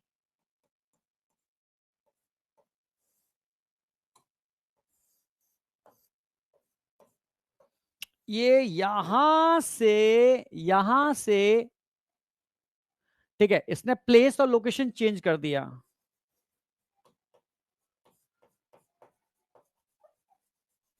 डिस्प्लेसमेंट हो गया। ये भाई यहां से यहां पहुंच गया, बड़ा खुश है, खुश है, डिस्प्लेसमेंट हो गया, चेंज ऑफ प्लेस हो गया। जब भी ऐसा होता है तो इसको आप क्या बोलने वाले हो? इसको आप बोलोगे भाई ये लोकोमोशन हो गया। क्या हो गया ये? Locomotion, locomotion. तो जब भी डिस्प्लेसमेंट होगा, चेंज ऑफ प्लेस होगा, तो इसको एक्चुअल में आप बोलोगे ये हो रहा है लोकोमोशन। समझ रहे हो? तो अब लोकोमोशन वाली बात अब तो आपके समझ में आ गई होगी। और एनसीईआरटी के साथ सीधा क्वेश्चन जो पूछा जाएगा मैंने इंपोर्टेंट बना ही दिया है, all locomotion are movement but all movement are not locomotion. एक ये क्वेश्चन बनने की प्रोबेबिलिटी है। Methods of locomotion performed by animal, ये वेरी करता है। वेरी किस पर वेरी करेगा? मेथड्स किस पर वेरी करेगा? हैबिटेट पर और डिमांड ऑफ सिचुएशन पर। हैबिटेट पर, डिमांड ऑफ सिचुएशन पर ये क्वेश्चन आएगा, ये क्वेश्चन आएगा, डेफिनेशन पर क्वेश्चन आ सकता है। तो नोट्सों में सिर्फ आपको ये सारे पॉइंट लिखने हैं जो नोट्स बनाओगे मेरे, ठीक है, और ये पॉइंट्स लिखने हैं, इससे कोई क्वेश्चन नहीं छूटेगा, ये गारंटी है। अब बताओ समझ में आया नहीं आया? यस या नो? हैबिटेट का मतलब होता है जगह, कहां रहते हैं। डिस्टेंस टर्म मत यूज करो। जो एनसीआर, देखो मैं बताऊं, तुम क्या करते हो ना, रिसर्च करना चालू कर देते हो। रिसर्च हमें करनी है सिलेक्शन के बाद, अभी हमें क्या करना है, एनसीईआरटी की लाइनों पर मास्टरी करनी है। तुम समझो यार, ठीक है। लोकोमोशन मूवमेंट पे पूरी किताब है, इतनी मोटी बुक आती है, तुम पढ़ोगे अभी एमबीबीएस में, ठीक है। मसल्स पे पूरी एनाटॉमी पढ़ोगे, मतलब भर भर के है, ठीक है, किताब ही है पूरी हड्डी और मसल्स के ऊपर। अब तुम्हें इतना सारा पढ़ना है क्या? अभी क्या रिसर्च करके करोगे? इसलिए मैं कह रहा हूं, देखो मैं एक्चुअल में इतनी चीजें मैं समझ पा रहा हूं क्योंकि मैं ऑफलाइन बच्चों के टच में हूं। मैं बच्चों से डिस्कशन करता हूं, डाउट में बैठता हूं। डाउट में उनको थ्योरी का डाउट नहीं आता कभी। बच्चा अगर मुझसे पूछेगा तो नए नए क्वेश्चन पूछता है, जगह जगह क्वेश्चन ला ला के पूछता है। जब मैं उसके क्वेश्चन करने की अप्रोच देखता हूं ना, वो भाई ये अप्रोच है, ये कैसे तू सेलेक्ट हो पाएगा? तब मुझे गुस्सा आती है, फिर को नई अप्रोच सिखाने पड़ती है। भाई तुझे इस क्वेश्चन को ऐसे नहीं करना, इस क्वेश्चन को ऐसे करना है। समझ रहे हो? अप्रोच सही होनी चाहिए। कई बच्चे क्वेश्चन तो कर ले रहे हैं पर गलत अप्रोच से कर रहे हैं, क्वेश्चन जरा भी टिल्ट कर देंगे तो फेल जाएंगे। इसलिए मैं कह रहा हूं कि बेटा थ्योरी आपको आ रही है, बहुत अच्छी बात है। कई बच्चे एनसीईआरटी ढंग से नहीं समझ पा रहे हैं कि एनसीईआरटी, तभी करो मेरे संग संग चलो, मैं आपकी एनसीईआरटी की मास्टरी करा दूंगा, गारंटी मैं ले रहा हूं, ठीक है। बहुत बेहतर तरीके से कराऊंगा और मैं एनसीईआरटी आपको सिखा दूंगा कि एनसीईआरटी एक्चुअल में पढ़नी कैसे है, ठीक है। बस तुम ये कहो कि जैसा मैं चल रहा हूं साथ चलो, पीछे मत रहना, ठीक है। समझ रहे हो? पीछे मत रहना, करा मैं दूंगा जो मुझे जैसे कराना है, ठीक है। नोट्स जैसे मैं कहूं वैसे नोट्स बनाने हैं, अपनी तरफ से कोई दिमाग मत चलाना, कोई रिसर्च मत करना। अभी आपका टारगेट सिर्फ इतना है कि मेडिकल कॉलेज में गवर्नमेंट सीट मिल जाए और अच्छे मेडिकल कॉलेज में एंटर कर जाओ, ये पहली प्रायोरिटी है। वहां पहुंच के करना, जितनी फ्रीडम है आपको पूरी मिलेगी, रिसर्च जितनी करनी है। हर कंसेप्ट को एनसीईआरटी के थॉट में रख के करना। पहले मैं टोटोरा बहुत ज्यादा कराता था, नहीं करानी है टोटोरा भाई। टोटोरा के कंसेप्ट को अगर मैं एनसीईआरटी के लाइनों के साथ करा दूं तो बच्चे को मजा आ जाएगा। समझ रहे? टोटोरा, गैनोंग, एल्बर्ट, रसल, इन सब की किताबों के कंसेप्ट निकाल करके मैंने एनसीईआरटी की लाइनों के संग जोड़ दिए। अब देखो एनसीईआरटी यूं ना हो, तो ऐसे नहीं है भाई, एनसीईआरटी ही पढ़नी है, एनसीईआरटी ही सोचनी है। और एनसीईआरटी को पढ़ना सोचना कैसे, वो यार तुम सीखो थोड़ा सा, है ना, मतलब अलग से मत दिमाग लगाना। समझ गए ना? कोई डाउट? चलो चलो ठीक है, एकदम ठीक है, यहां तक क्लियर। अब मैं एंटर कर रहा हूं अगले पैरा पर, मसल्स। अब एनसीईआरटी के अगले पैरा में मसल्स की बात कही है। अब क्वेश्चन दो चीजें बनते हैं। क्वेश्चन बनेगा कि बॉडी में कितने मसल्स होते हैं, पहला क्वेश्चन बन सकता है। जो बॉडी वेट का कितना परसेंट बनाता है, क्वेश्चन बन सकता है। मसल्स की प्रॉपर्टी पर क्वेश्चन बन सकता है। मैं पूरे तुम्हारे नोट्स इस तरीके से बनवाने की कोशिश करूंगा जो क्वेश्चन बेस्ड हो और एनसीईआरटी बेस्ड हो, दो ही चीजें। ज्ञान नहीं भरोगे नोट्सों में, ठीक है, क्योंकि वो तो एक मैंने ऑफलाइन में बच्चे का नोट्स मैंने चेक किया एकदम गुस्से में आकर के, तो उसने क्या किया, जितना मैंने लिखा है वो तो लिखा ही, पता नहीं कौन कौन सी बुक से एडिशनल पॉइंट भर लिए उसने। उसको लगा ज्यादा ज्ञान लेने से सिलेक्शन हो जाएगा ना, ठीक है। उसने कहा सर मैंने वो किताब पढ़ी थी उसमें नया पॉइंट लगा, अच्छा लगा, मैंने लिख लिया। मैं, तूने कर ली ना कचड़ा। मैं गंदगी को निकाल के फिल्टर करने में लगा हुआ हूं, तू भरने में लगा हुआ है, तो ऐसा मत करना मेरे भाई, ठीक है। जितना मैं लिखा रहा हूं उतना लिखना, एडिशनल पॉइंट डालोगे तो कचड़ा हो जाएगा, मतलब गंदगी हो जाएगी। मैं गंदगी को निकाल रहा हूं, नोट्स को कंसाइज कर रहा हूं, नोट्स को फिल्टर कर रहा हूं, तुम उसमें कुछ एडिशनल मत डाल देना, ठीक है। अब जैसे muscles is a specialised tissue, में मैं टिश्यू में पढ़ाऊंगा, इनका ओरिजिन ध्यान रखना मीजोडर्मल होता है, ठीक है, समझना। इनका ओरिजिन मीजोडर्मल होगा, मसल्स का ओरिजिन मीजोडर्मल होता है। एपिथेलियल टिश्यू का ओरिजिन एक्टो, मीजो, एंडो तीनों तरीके से होता है। नर्वस टिश्यू का ओरिजिन एक्टोडर्मल होता है, समझ रहे हो। कनेक्टिव टिश्यू का ओरिजिन मीजोडर्मल होता है, जो मैं टिश्यू वाले चैप्टर में पढ़ाऊंगा ह्यूमन फिजियो खत्म होने के बाद। ओके, चलो अब आ जाओ। अगर मैं बात करता हूं number of muscles, number of muscles हमारी बॉडी में कितने होते हैं? हाँ, याद है किसी को? 639। अरे वाह, 639 मसल्स होते हैं। ये क्वेश्चन जीके में भी पूछा जाता है। डिफरेंट टाइप के एग्जाम जो आप देते हो, ठीक है, सीयूटी देते हो या कोई और एग्जाम देते हो, उसमें क्वेश्चन पूछा जाता है। हाँ, 639 टोटल मसल्स होते हैं, बिल्कुल 639। पेयर्ड कितने होते हैं और अनपेयर्ड कितने होते हैं? पेयर्ड कितने होते हैं और अनपेयर्ड कितने होते हैं, ऐसे भी पूछता है। यस, हाँ, 639 मसल्स होते हैं, 317 बिल्कुल सही पेयर्ड होते हैं। ये क्वेश्चन सीयूटी में आता है, नंबर ऑफ मसल्स पूछेगा, इसलिए मैंने ऐड कराना चालू कर दिया, क्योंकि बहुत सारे और एग्जाम में पूछ रहा है जो आप देते हो पैरेलल, ठीक है। 639 टोटल नंबर ऑफ मसल्स। अब 639 में तुम ऐड कर लेना, क्योंकि ये सीयूटी वगैरह तुम दोगे, मुझे पता है, नीट के साथ साथ बच्चा दे रहा है और भी एग्जाम जो होते हैं, ठीक है। 639 मसल्स होते हैं। 639 मसल्स में अगर आपसे पूछे पेयर्ड और अनपेयर्ड, ठीक है, 317, 317 और 5, ऐसे याद रखो। ये तो पेयर्ड हो गए, 5 अनपेयर्ड होते हैं, अनपेयर्ड। ये ऐड कर लो, जरूरी है भाई, जरूरी है, ठीक है। अदर एग्जाम आते हैं उनमें इस पर क्वेश्चन पूछा जाता है। अब एनसीईआरटी से क्वेश्चन क्या उठेगा? एनसीईआरटी से क्वेश्चन उठेगा, अगर एक सूखा पहलवान है और एक जबरदस्त बॉडी बिल्डर है, ठीक है, तो मसल्स एक्चुअल में बॉडी वेट का कितना होने चाहिए एक हेल्दी ह्यूमन के अंदर? अगर आप हेल्दी हो तो एक्चुअल में आपके अंदर मसल्स कितने होने चाहिए बॉडी वेट के अनुसार, ठीक है।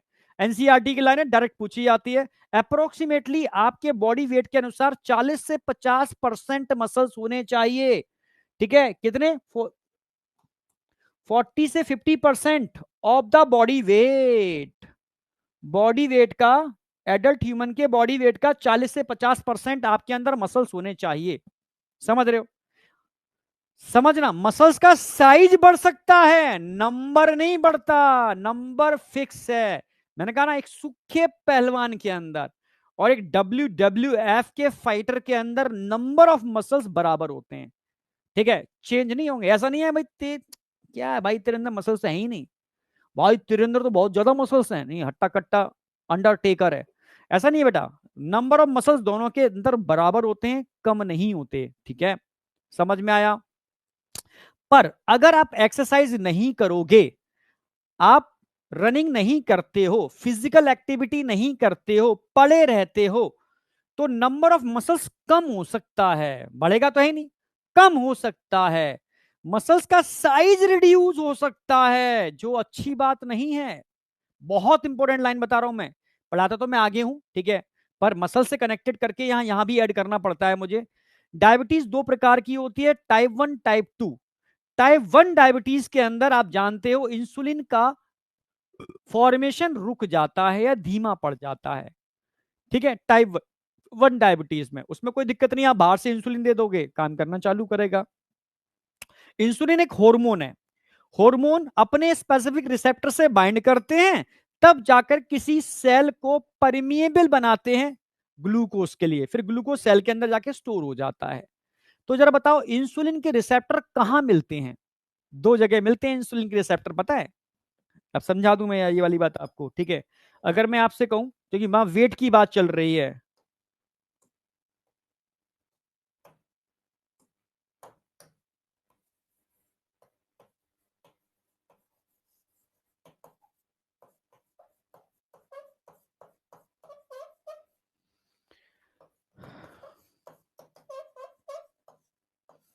एक तो स्केलेटल मसल्स के ऊपर,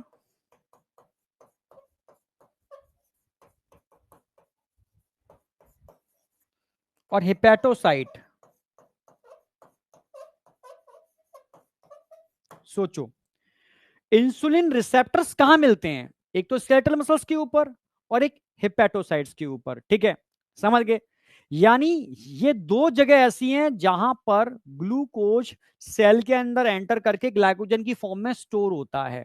मान लो आप एक्सरसाइज नहीं करते, ठीक है, आप समझ रहे हो, आप ऐसे पड़े रहते हो, तो धीरे धीरे आपका मसल्स का साइज, नंबर नहीं, साइज रिड्यूस होता जाएगा, साइज रिड्यूस होता जाएगा। तो अगर साइज रिड्यूस होगा तो इंसुलिन रिसेप्टर इन्हीं के ऊपर तो होते हैं। जब किसी का सरफेस एरिया ज्यादा है तो नंबर ऑफ रिसेप्टर ज्यादा होंगे, सरफेस एरिया कम है तो नंबर ऑफ रिसेप्टर कम होंगे। जब नंबर ऑफ रिसेप्टर कम होंगे तो इंसुलिन, इंसुलिन अगर चाबी है तो ताला कहां पर है? ताला रिसेप्टर है भाई। अगर आपके अंदर रिसेप्टर कम हो रहे हैं या रिसेप्टर काम करना बंद कर रहे हैं, इंसुलिन है पर रिसेप्टर काम नहीं कर रहे, तो आपको टाइप 2 डायबिटीज हो जाएगी, ठीक है। तो जो लोग एक्सरसाइज नहीं करते, आप समझ रहे हो, जिनके अंदर मसल्स का साइज रिड्यूस हो रहा है, उनके अंदर टाइप 2 डायबिटीज होने की प्रोबेबिलिटी ज्यादा होती है। क्यों? क्योंकि इंसुलिन रिसेप्टर मैक्सिमम कहां पर होते हैं? स्केलेटल मसल्स के ऊपर। इसलिए मैं कहता हूं कि एक हेल्दी ह्यूमन के अंदर मसल्स बॉडी वेट का 40 से 50% होने ही चाहिए। अगर नहीं है तो टाइप 2 डायबिटीज के शिकार होने की प्रोबेबिलिटी बढ़ रही है। जो ओल्ड एज डायबिटीज कहते थे इसको, जो आज यंगर्स के अंदर देखने को मिल रही है, अगर आप स्टडी करोगे तो मिल जाएगा।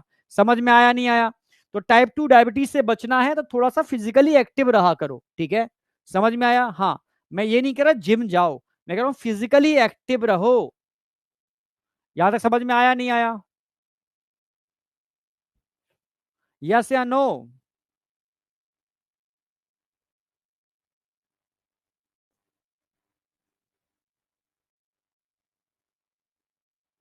पता नहीं क्या क्या चल रहा है भाई, स्पम का डीएनए यानी क्या लिख रहे हो भाई?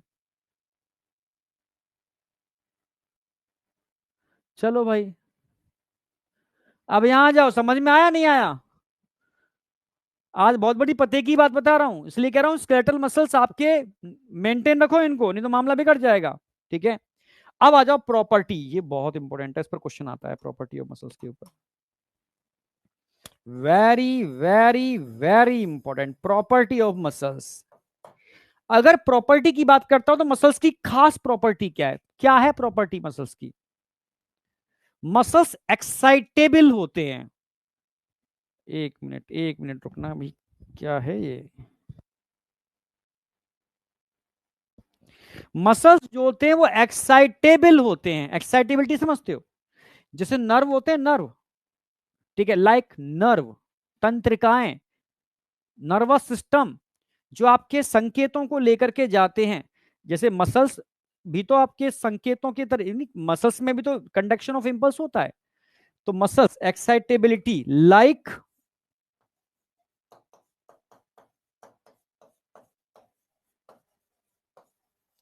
Nerve cell. जो नर्व सेल की प्रॉपर्टी है वो प्रॉपर्टी मसल्स की भी है, एक्साइटेबिलिटी। अगर किसी भी सेल की सरफेस पर चार्ज है, कोई भी सेल, जैसे अभी मैं नर्वस सिस्टम में कराता हूं पूरा डिटेल, एक्साइटेबिलिटी की पूरी डेफिनेशन नर्वस सिस्टम में आती है, पूरा दे रखा है एनसीईआरटी में, व्हाट इज एक्साइटेबिलिटी। अगर किसी सेल की सरफेस पर चार्ज है, ठीक है, हाँ, किसी भी सेल की सरफेस पर चार्ज है, ठीक है, और उसके पोटेंशियल के अंदर चेंज भी हो रहा है और वो मूवमेंट भी कर रहा है इलेक्ट्रॉन की फॉर्म में, तो सेल नॉर्मल सेल नहीं है, वो एक्साइटेबल सेल है। हमारी बॉडी में दो ही टाइप के सेल एक्साइटेबल हो सकते हैं, या तो मसल्स हो सकते हैं एक्साइटेबल, या नर्व हो सकते हैं एक्साइटेबल, नर्व सेल और मसल सेल। ये कॉमन प्रॉपर्टी है दोनों की, एक्साइटेबिलिटी। आप समझ रहे हो ना? हाँ, तो पहली प्रॉपर्टी समझ में आ गई, एक्साइटेबिलिटी, जो नर्वस सिस्टम में डिटेल्ड में दे रखी है, ठीक है, एक्साइटेबिलिटी नर्वस टिश्यू में। कॉन्ट्रैक्टेबिलिटी, कोई चीजें कॉन्ट्रैक्ट कर रही है, जो मसल्स की प्रॉपर्टी है कॉन्ट्रैक्टेबिलिटी, मसल्स की प्रॉपर्टी है कॉन्ट्रैक्टेबिलिटी। फिर एक्सटेंसिबिलिटी, खींच लो, ये भी मसल्स की प्रॉपर्टी है, एक्सटेंसिबिलिटी। इलास्टिसिटी, इलास्टिसिटी, समझ लो, इलास्टिसिटी, फ्लेक्सिबिलिटी, जो आपके इलास्टिक में होती है, इलास्टिसिटी, ये प्रॉपर्टी तो मसल्स की है, ठीक है। ये तीन प्रॉपर्टी, कॉन्ट्रैक्टेबिलिटी, एक्सटेंसिबिलिटी एंड इलास्टिसिटी, ये मसल्स में मिलती हैं, नर्व सेल में नहीं मिलती। तो 4 प्रॉपर्टी हो गई जो मसल्स में मिलती हैं। एक्साइटेबिलिटी जो नर्व सेल में भी मिलती है, कॉन्ट्रैक्टिलिटी, कॉन्ट्रैक्टिलिटी, ठीक है, एक्सटेंसिबिलिटी एंड इलास्टिसिटी। समझ में आ गया? अब भूलोगे नहीं। एक्साइटेबिलिटी तो याद रहेगा, कॉन्ट्रैक्टिबिलिटी कॉन्ट्रैक्ट कर गई, एक्सटेंसिबिलिटी फैल गई, इलास्टिसिटी प्रत्यास्थता बोलते हैं हिंदी में, इलास्टिसिटी। ये प्रॉपर्टी किसकी है? मसल्स की प्रॉपर्टी है। अब समझ में आया नहीं आया? इलास्टिसिटी एंड एक्सटेंसिबिलिटी सेम है? नहीं नहीं नहीं नहीं नहीं। देखो, एक्सटेंसिबिलिटी का मतलब है जो खिंच जाए, ये एक्सटेंशन हो गया। कॉन्ट्रैक्टेबिलिटी की है कॉन्ट्रैक्ट हो जाए। इलास्टिसिटी की मतलब है अब ये नॉर्मल से पे खींचो छोड़ दो वहीं आ गई, कॉन्ट्रैक्ट करो छोड़ दो वहीं आ गई। नहीं आया क्या? ये इलास्टिसिटी है, जो इलास्टिक होती है ना, इलास्टिक प्रत्यास्थता, इसको इलास्टिसिटी बोलते हैं। ठीक है, कोई नहीं, एक एक चीज समझ रहे हो ना?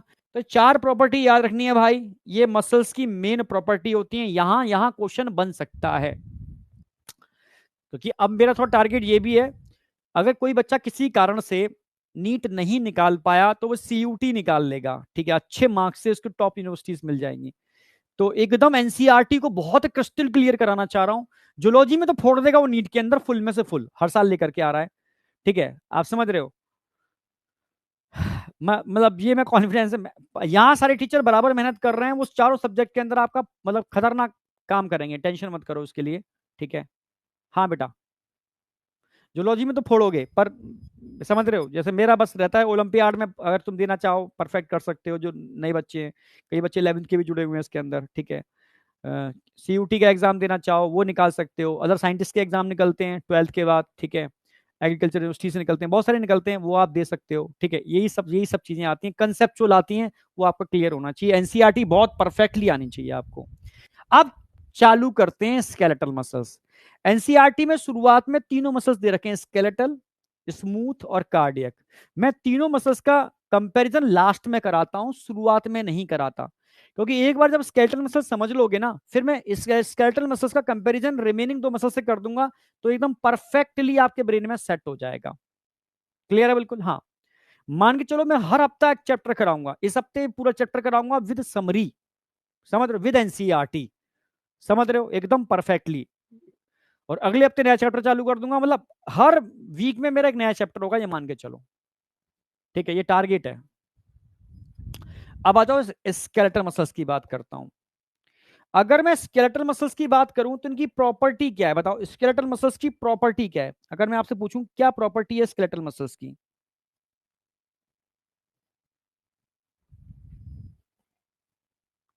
हाँ, स्केलेटल मसल्स की प्रॉपर्टी बताओ जरा, property of skeletal muscles. Good afternoon बेटा, अब आ रहे हो क्या?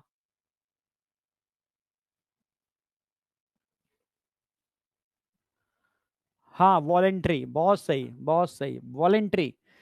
देखो, स्मूथ मसल्स जो मैं पढ़ाऊंगा वो इनवॉलेंट्री होते हैं, हमारे कंट्रोल में नहीं होते। कार्डिक मसल्स इनवॉलेंट्री होते हैं, हमारे कंट्रोल में नहीं होते। ठीक है, स्केलेटल मसल्स की बात करूं तो ये वॉलेंट्री होते हैं। कैसे होते हैं? वॉलेंट्री,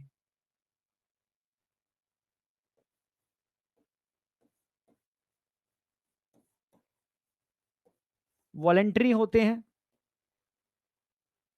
दूसरा, ठीक है, ये वॉलेंट्री के साथ साथ इनको बोलोगे स्ट्राइटेड होते हैं।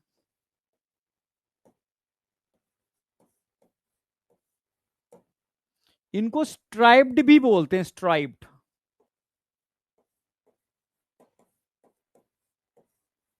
स्ट्राइटेड भी बोल सकते हो, स्ट्राइप्ड भी बोल सकते हो, आप समझना मेरी बात। हाँ, स्ट्राइटेड भी बोल सकते हो और स्ट्राइप्ड भी बोल सकते हो। ठीक है, दोनों नाम बोल सकते हो। ठीक है, और मल्टी न्यूक्लिएटेड होते हैं, ये मैं पढ़ाऊंगा अभी, समझाऊंगा मल्टी न्यूक्लिएटेड।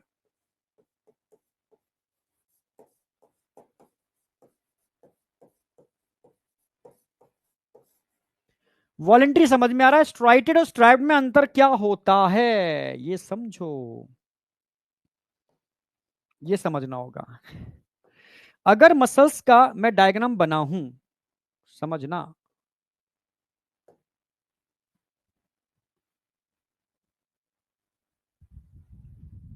ये बहुत इंपॉर्टेंट लाइन है।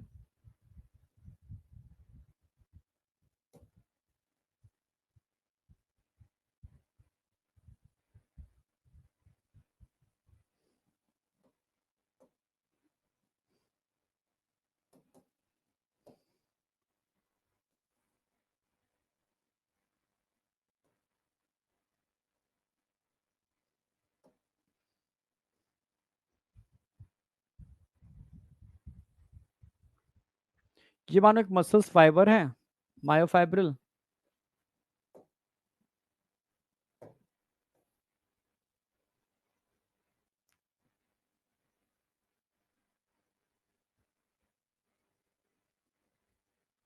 ये दो जेड लाइन है, समझाता हूं अभी। ग्रीन।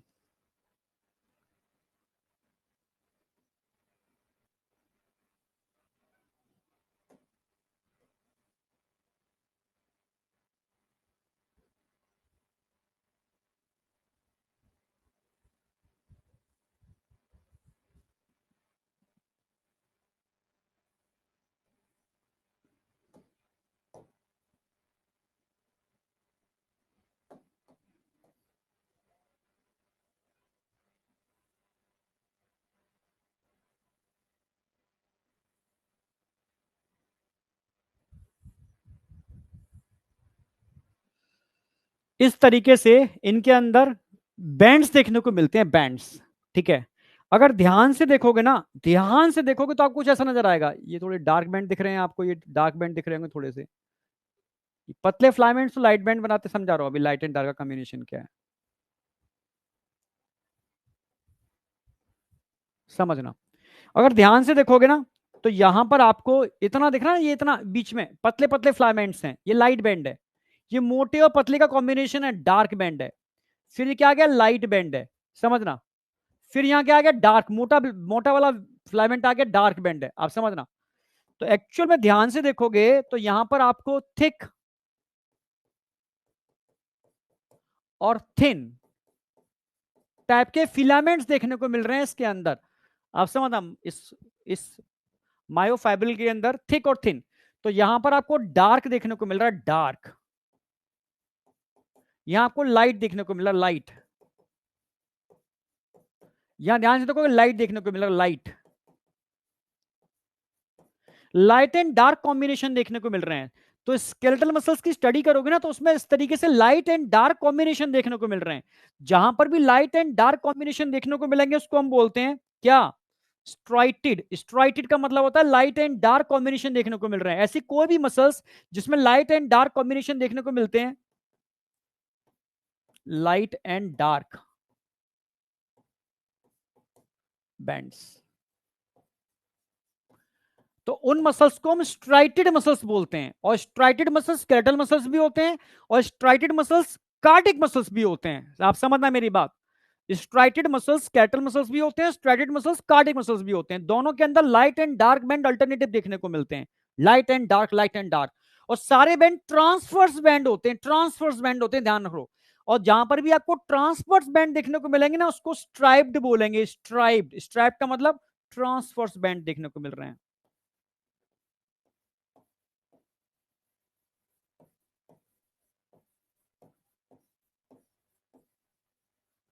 ये पूरा डेफिनेशन ही बता दी मैंने, मतलब एकदम कंसेप्ट। तुम किसी भी लेवल का तुमसे कोई पूछे, तुम उड़ा के रख देना, ठीक है। क्या ये आप बात जानते हो सर, वॉलंटरी होते हैं, इनको स्ट्राइटेड और स्ट्राइप्ड भी बोलते हैं। सर ठीक है, स्ट्राइटेड और स्ट्राइप्ड तो बोल रहे हैं, मतलब क्या है स्ट्राइटेड और स्ट्राइप्ड का। स्ट्राइटेड का मतलब है अगर light dark, light dark, light dark band देखने को मिल रहे हैं तो उसको स्ट्राइटेड बोलेंगे। और ट्रांसवर्स बैंड देखने को मिल रहे हैं, ट्रांसवर्स बैंड देखने को मिल रहे हैं तो उसको स्ट्राइप्ड बोलेंगे। ये प्रॉपर्टी क्या स्मूथ मसल्स में मिलती है? नो। कार्डियक मसल से मिलती है? यस। तभी तो मैं लास्ट में कंपाइल कराऊंगा, एकदम कंसेप्ट ब्रेन में सेट होगा, ठीक है। तो ये समझ में आया। अब अगला एनसीईआरटी के हिसाब से आता है मल्टी न्यूक्लिएटेड। एनसीईआरटी बोलती है स्केलेटल मसल्स मल्टी न्यूक्लिएटेड होते हैं। कैसे होते हैं? मल्टी न्यूक्लिएटेड होते हैं। कैसे होते हैं? Multi nucleated. Multi nucleated. और मल्टी न्यूक्लिएटेड के लिए एक टर्म यूज किया है एनसीईआरटी ने, खास टर्म एनसीईआरटी में रखा है, इसको बोलते हैं सिनसाइसियम। ये बच्चों के समझ में नहीं आता सर, एनसीईआरटी मल्टी न्यूक्लिएटेड को सिंसाइसियम क्यों लिखती है। समझना, मल्टी न्यूक्लिएटेड को सिंसाइसियम एनसीईआरटी क्यों लिखती है, दिखा देता हूं मैं। मतलब तुम कहो एनसीईआरटी की एक लाइन को डिकोड करूंगा, मैं इस लेवल पे लेके चल रहा हूं तुम लोगों को, तुम सोच ही नहीं सकते हो। ठीक है, मतलब इस बार तो कसम खाई है, फोड़ेंगे ढंग से फोड़ेंगे, कोई कसर नहीं छोड़ेंगे। ठीक है, अगर ध्यान से देखोगे तो एनसीईआरटी एक टर्म यूज कर, ये तो हो गया वाइटल।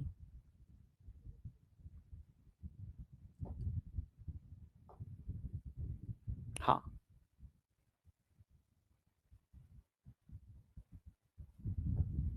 अच्छा, ये तो नहीं है। हाँ, सिंस देखो, एनसीईआरटी ने एक टर्म यूज किया है, मैं उसी को समझाने की कोशिश करूंगा। एनसीईआरटी कहती है muscles fibre is a syncytium. Muscles fibre कैसे होते हैं, सिंसाइसियम। अब सिंसाइसियम बच्चे को समझ ही नहीं आता सर, सिंसाइसियम क्या होता है सर। एनसीईआरटी ने सिंसाइसियम लिख दिया है और सिंसाइसियम पर क्वेश्चन आता है, हमें पता ही नहीं चल रहा। एनसीईआरटी पढ़ते हैं तो पल्ली नहीं बढ़ रही सिंसाइसियम क्या होता है। मैं बताता हूं भाई सिंसाइसियम क्या होता है, तू टेंशन क्यों करता है। मैं एक एक चीज यही क्रिस्टल क्लियर करते चलूंगा। ठीक है, जो प्रॉपर्टी में आ गया, वॉलेंट्री होते हैं, स्ट्राइटेड होते हैं, स्ट्रैप्ड होते हैं, मल्टी न्यूक्लिएटेड को सिंसाइसियम बोलते हैं। अब मल्टी न्यूक्लिएटेड भी कई टाइप के होते हैं। ठीक है, अब समझना, सिंसाइसियम का मतलब है, ठीक है आप समझो, सिंसाइसियम का मतलब है, मैं थोड़ा जगह देखूं है क्या इसमें।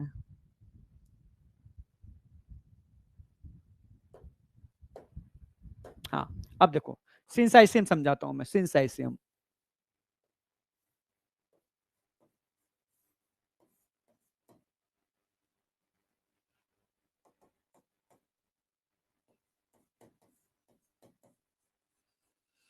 सिंसाइसियम मल्टी न्यूक्लिएटेड,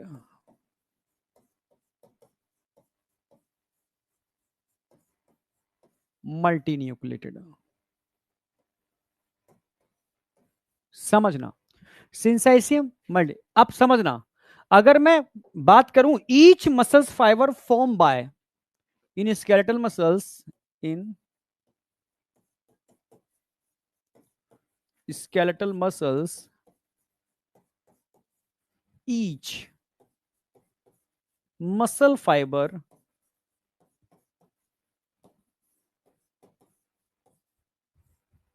formed by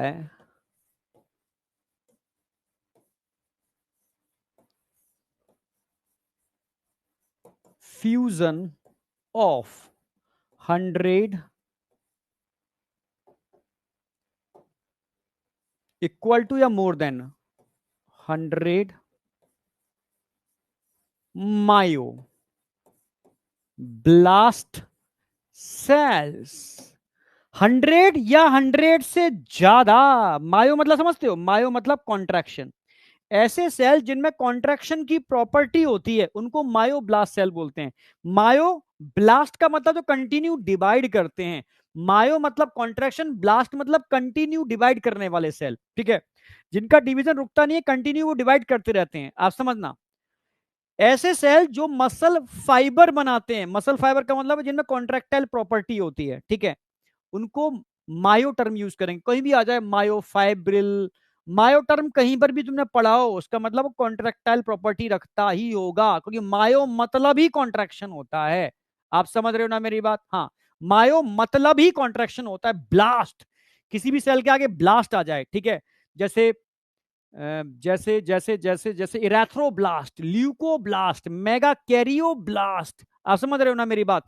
जैसे जैसे ऑस्टियोब्लास्ट, कॉन्ड्रियोब्लास्ट, अगर ब्लास्ट लगा हुआ है तो वो cell continue continue non stop divide करती है। तो ऐसे ही लगभग कॉन्ट्रेक्टाइल प्रॉपर्टी रखने वाले, कंटिन्यू डिवाइड करने वाले 100 या 100 से ज्यादा सेल आपस में फ्यूज होकर के, इनको मायोब्लास्ट बोलते हैं, एक मसल फाइबर बनाते हैं। जैसे मानो ये है मायोब्लास्ट सेल, एक, थोड़े से बना के दिखा दे रहा हूं, समझ जाना, 100 होंगे या 100 से ज्यादा होंगे।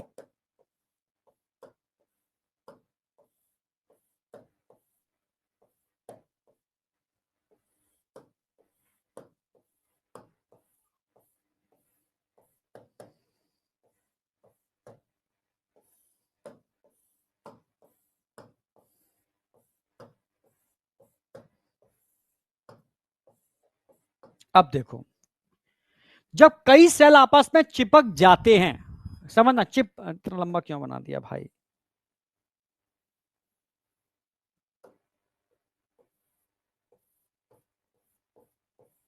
बस, कई सेल आपस में चिपक जाते हैं और इस टाइप का स्ट्रक्चर बना रहे हैं, ये सब क्या है, मायोब्लास्ट सेल, ये सब क्या है, मायोब्लास्ट, मायो मतलब कॉन्ट्रैक्शन, और ये सब इनके क्या है, न्यूक्लियस हैं, ये सब क्या है, इनके न्यूक्लियस हैं। यार इससे तो तुम बहुत टाइम लग जाएगा समझाने में, एक मिनट रुकना, मैं गिनी चुनी सेल बना रहा हूं, उसे समझना। ये एक सेल है स्पिंडल शेप, ये न्यूक्लियस है, 2, 3, 4, 5, 6, 7, कुछ बना दे रहा हूं ऐसे समझ लो, ऐसे 100 भी हो सकती हैं, बस मैं इतनी बना रहा हूं। ये सब क्या है, मायोब्लास्ट सेल्स हैं, चिपक गई हैं आपस में, ऑल आर मायोब्लास्ट।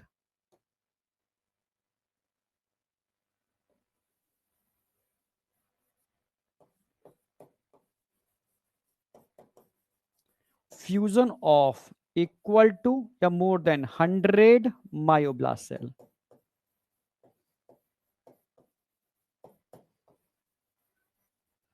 ठीक है, ये सब फ्यूज हो जाएंगे।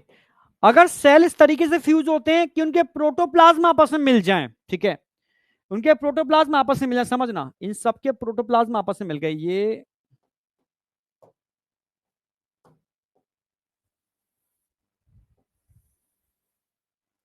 फ्यूज हो गए, और इनके प्रोटोप्लाज्म आपस में मिल गए, ये देखो न्यूक्लियस, एक न्यूक्लियस ये रहा, एक न्यूक्लियस ये रहा, एक न्यूक्लियस ये रहा, एक न्यूक्लियस ये रहा, एक न्यूक्लियस ये रहा, एक न्यूक्लियस ये रहा, एक न्यूक्लियस ये रहा, और एक ये रहा, बिल्कुल डिट्टो वही बनाया जो मैंने सर बना ये सारे न्यूक्लियस हैं।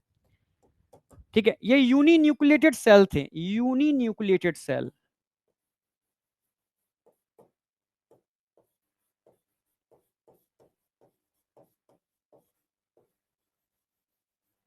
अब ये क्या बन गया, मल्टी न्यूक्लिएटेड, कैसा बन गया, मल्टी, मल्टी न्यूक्लिएटेड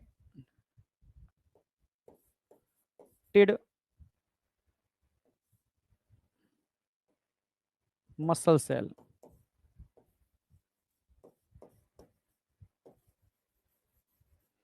और इस तरीके का जो मल्टी न्यूक्लिएटेड मसल सेल बनता है ना, इसको बोलते हैं सिंसाइसियम, सिंसाइसियम, इसी को बोलते हैं सिंसाइसियम।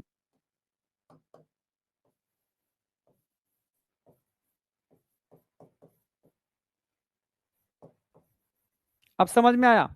देखो, एक सेल मल्टी न्यूक्लिएटेड ऐसे भी बन सकती है कि एक सेल के अंदर न्यूक्लियस का मल्टीपल टाइम डिवीजन हो जाए, समझ रहे हो, उसको सिंसाइसियम नहीं बोलेंगे, वो भी मल्टी न्यूक्लिएटेड होगी। पर अगर सेल आपस में कई सेल मिलकर के फ्यूज कर जाएं, उनके न्यूक्लियस में डिवीजन नहीं हो रहा, आप समझ रहे हो, सेल के फ्यूज होने की वजह से वो सेल मल्टी न्यूक्लिएटेड बन गई, इसको सिंसाइसियम बोलते हैं। अब समझ में आया, एनसीईआरटी ने सिंसाइसियम टर्म दिया है, क्यों दिया है, ऐसे मैं आपको एनसीईआरटी समझाना चाह रहा हूं, मतलब एनसीईआरटी पढ़ने का तरीका ही समझाना चाह रहा हूं। आप एनसीईआरटी पढ़ते कैसे, मैं एनसीईआरटी साथ में इसलिए लेके चल रहा हूं, मैंने सोच लिया, ठीक है, कि एनसीईआरटी आपको पढ़ना सिखाऊंगा मैं, पढ़ते कैसे हैं एनसीईआरटी, ठीक है, एक्चुअल में एनसीईआरटी को रीड कैसे करना है, ठीक है, फील कैसे लेना है एनसीईआरटी का, वो मैं कराऊंगा आपको, ठीक है। समझ रहे हो, दुनिया कहती है कि एनसीईआरटी एनसीईआरटी, पर एनसीईआरटी एक्चुअल में है क्या, ठीक है, समझ रहे हो, वो आपको मैं पूरा एकदम इनबिल्ड करा दूंगा, पूरा एनसीईआरटी का एकदम जनक बना दूंगा आपको, ठीक है, मास्टर ऑफ एनसीईआरटी। मेरे सारे स्टूडेंट क्या होंगे, चलो मास्टर ऑफ एनसीईआरटी, मैं सच कह रहा हूं, मैं कह नहीं रहा हूं, मैं करके दिखाऊंगा ये, ठीक है, बस इतना है। तो सिंसाइसियम टर्म समझ में आया, सिंसाइसियम क्या होता है, यस या नो। अब एनसीईआरटी साथ में लेके चल रहा हूं, यानी एनसीईआरटी में दे रखा है वही मैं एक्सप्लेन कर रहा हूं, कुछ नई चीज ऐड नहीं करूंगा, पर एनसीईआरटी को एकदम खतरनाक तरीके से, यस, मायोब्लास्ट, रिपीट बेटा, मायो मतलब कॉन्ट्रैक्शन, मायो मतलब कॉन्ट्रैक्शन, ब्लास्ट का मतलब कंटिन्यू डिवाइड करने वाले सेल, ऐसे सेल जिनमें कॉन्ट्रैक्शन की प्रॉपर्टी होती है, ऐसे सेल जो कंटिन्यू डिवाइड करना जानते हैं, उनको मायोब्लास्ट बोलते हैं, ये बात बोल रहा हूं मैं, समझे, हाँ, उनको मायोब्लास्ट बोलते हैं। तो समझ में आ गया यहां तक सिंसाइसियम क्या है। अब मैं एंटर कर रहा हूं आगे,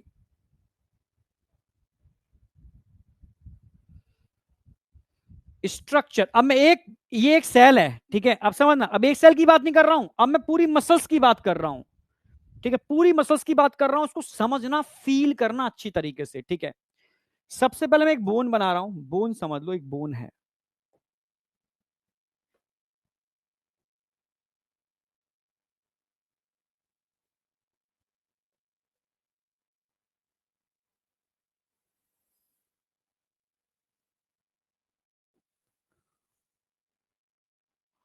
ये एक बोन है,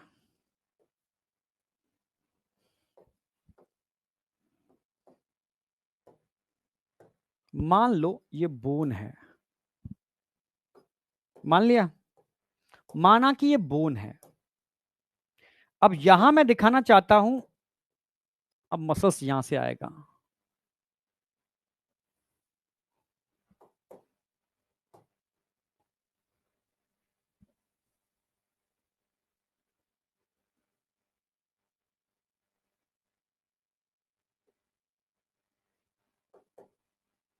इस बोन को, एक्चुअल में बोन से मसल्स जुड़े होते हैं, तो आप जानते हो बोन से मसल्स अटैच होते हैं, सबको पता है, बोन से ही मसल्स अटैच होते हैं।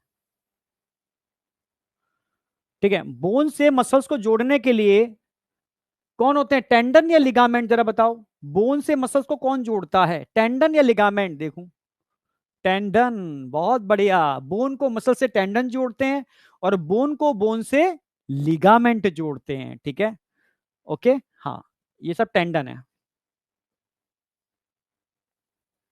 सब टेंडन है। जो बोन को मसल से जोड़ रहा है वो टेंडन है, ये टेंडन है।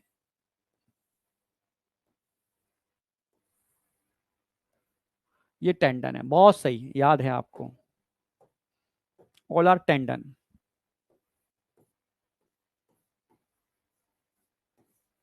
जो बोन को मसल से जोड़े, ये बोन है,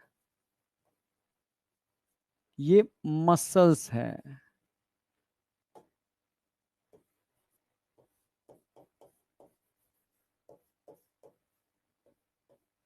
जो बोन को मसल से जोड़ता है वो टेंडन है। ठीक है, बोन, टेंडन और मसल्स। अब मसल्स की कहानी चालू करूंगा, समझना अच्छी तरीके से। ठीक है, एकदम खोपड़ी में सेट करके, मसल्स के अंदर होता क्या है, अब समझो।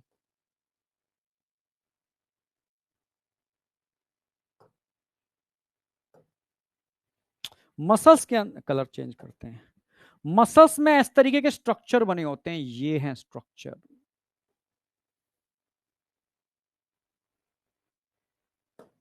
ये हैं स्ट्रक्चर, ये है स्ट्रक्चर,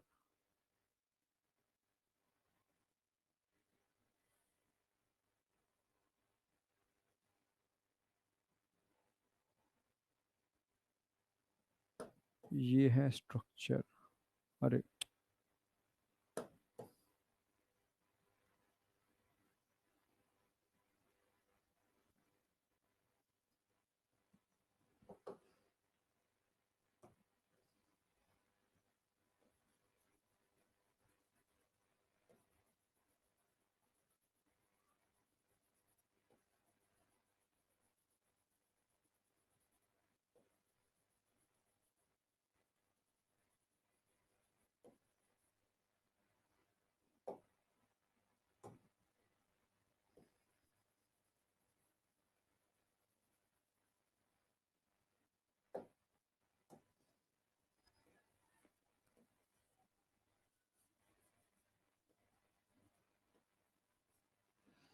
अब देखो समझ में आएगा।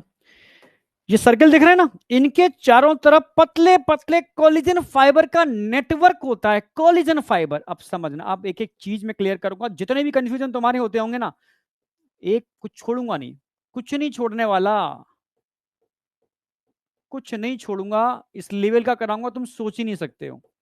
एक एक एनसीईआरटी की लाइन की पीएचडी कराएंगे, सारी हिडन लाइंस को निकाल निकाल के बाहर रख देंगे, देखें कहां छुपेंगी ये लाइनें।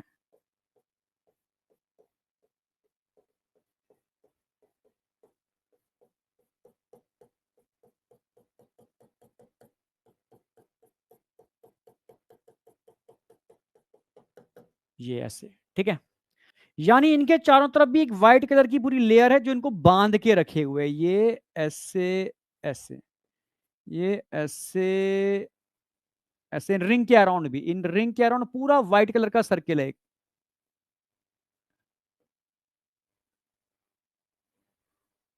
ऐसे, ठीक है। ये मसल्स का स्ट्रक्चर बना रहा हूं, मसल्स। इस पूरे मसल्स को होल्ड करने के लिए व्हाइट कलर के कोलेजन फाइबर की एक लेयर होती है और अंदर रिंग्स होती हैं, ठीक है। समझना, इन रिंग्स को क्या बोलते हैं, समझो। इन रिंग्स को क्या बोलते हैं,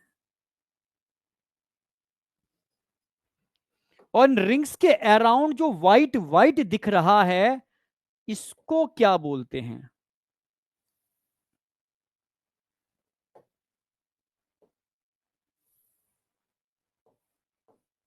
व्हाइट रिंग्स के अराउंड दिख रहा है, मसल्स के बाहर भी ये व्हाइट व्हाइट दिख रहा है, इसको क्या बोलते हैं? इसको बोलते हैं फैसिया।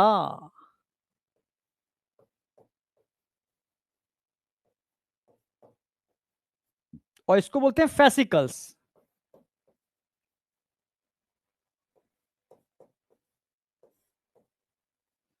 एक फैसिया है, एक फेसिकल है, समझना। एक फैसिया है, एक फेसिकल है। जो ग्रीन कलर के स्ट्रक्चर दिख रहे हैं ना, ये फेसिकल्स हैं। एक स्ट्रक्चर चलो बाहर निकालते हैं, ग्रीन कलर के एक स्ट्रक्चर को मैं बाहर निकालता हूं, इसको निकालते हैं।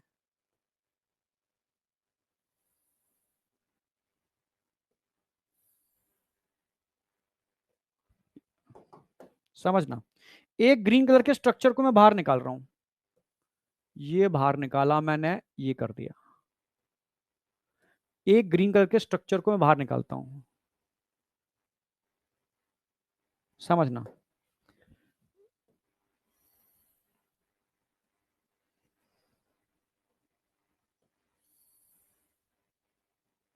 खींच लिया बाहर, पकड़ के बाहर खींच लिया, भाई तू बाहर आ, है क्या तू? ठीक है, ऐसे ही बहुत सारे ग्रीन कलर के स्ट्रक्चर हैं। इन स्ट्रक्चर के अंदर ध्यान से देखोगे तो पिंक कलर के रिंग्स नजर आएंगे इनके अंदर।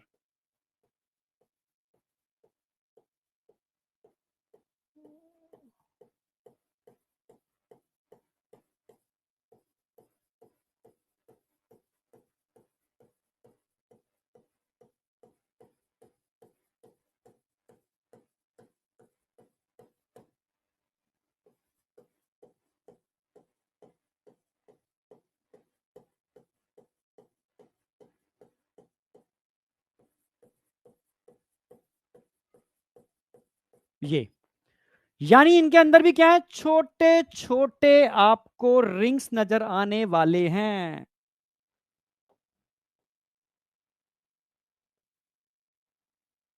ये रिंग्स एक्चुअल में क्या है?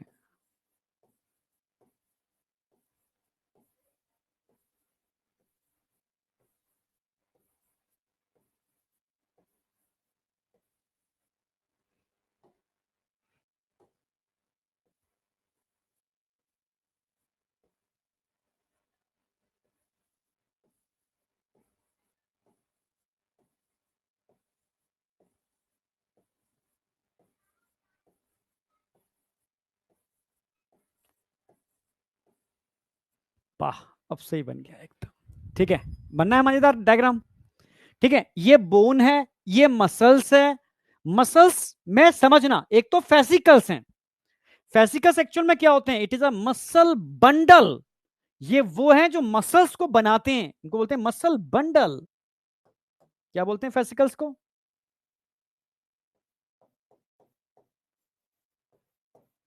Muscle bundle. मैं आपसे पूछूं मसल क्या है? सर मसल्स तो फेसिकल्स का बंडल है, कई फेसिकल बंडल की फॉर्म में मिलकर के मसल्स को बनाते हैं। तो fascicles is a bundle, bundle fascicle के बंडल मिलकर क्या बना रहे हैं? मसल्स बना रहे हैं। फेसिकल्स क्या है भाई? Fascicles is a muscle bundle. जो मसल्स को बनाने के लिए बंडल्स होते हैं वो फेसिकल्स हैं, ठीक है। NCERT line, fascicles is a muscle bundle. तो फेसिया क्या है? इन मसल बंडल को आपस में बांधने के लिए जो व्हाइट कोलेजन फाइबर चाहिए वो है फेसिया। फेसिया क्या है? It is a white collagen fibre around muscle bundle. White collagen fibre, white collagen fibre. ये व्हाइट कोलेजन फाइबर है फेसिया। कंफ्यूज मत होना, fascia is a wide collision fibre around muscle bundle, यानी fascicle. Fascicle के around white colour के जो collision fibre हैं बेटा, इनको बोलते हैं हम क्या? फैसिया। व्हाइट कलर के कोलिजन फाइबर, ये है व्हाइट कलर के कोलिजन फाइबर, ये है फैसिया। जो इनको भी बांध के रखते हैं, इनको भी बांध के रखते हैं, ये फैसिया हैं। जो इनको भी बांध के रखते हैं, ये फैसिया हैं, ये फैसिया हैं। आया समझ में? तो इतना समझ में आ गया कि एक्चुअल में मसल क्या है। Muscle is a bundle of fascicles. तो फेसिकल क्या है? इसीलिए फसल सुख के फेसिकल्स को बोलोगे it is a muscle bundle. समझ रहे हो? जो मसल्स को बनाने का काम करते हैं वो मसल बंडल है। क्लियर है बिल्कुल? यहां तक कोई डाउट? यहां तक कोई डाउट? नो। बीएमएस।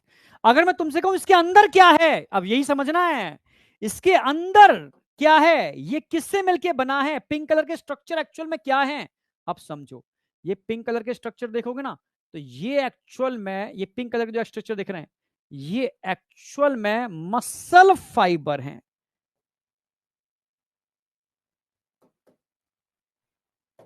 एक एक को बाहर निकालो, ये निकाला आपने एक को बाहर, ये निकाला आपने एक को बाहर, निकाल लिया।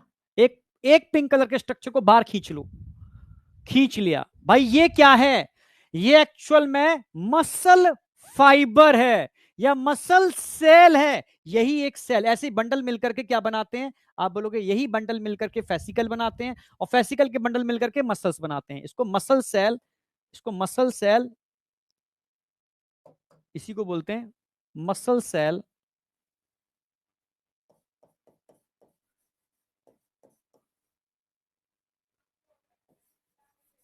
ये मसल सेल है, समझना। मसल सेल है या मसल फाइबर है, सिंगल फाइबर या मसल फाइबर, मसल फाइबर। आप समझ रहे हो?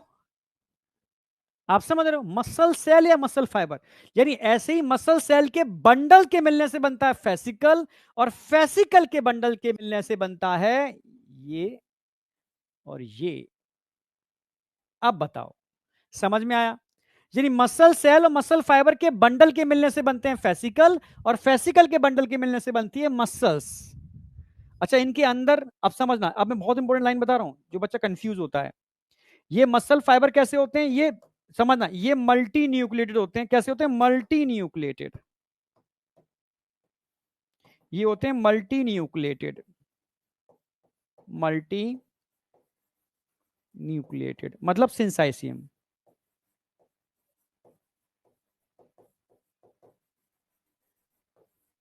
मल्टी न्यूक्लिएटेड होते हैं, सिंसाइसियम होते हैं, यही मसल सेल, मसल फाइबर। इनके नीचे एक लेयर होती है, समझना। एक लेयर और बना रहा हूं इसके नीचे।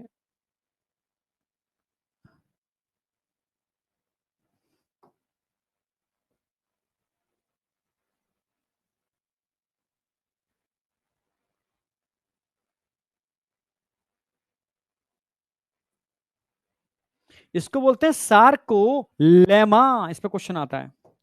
ये है सार्कोलेमा, सार्कोलेमा। अंदर जो लिक्विड भरा हुआ है इसको बोलेंगे सार्कोप्लाज्म।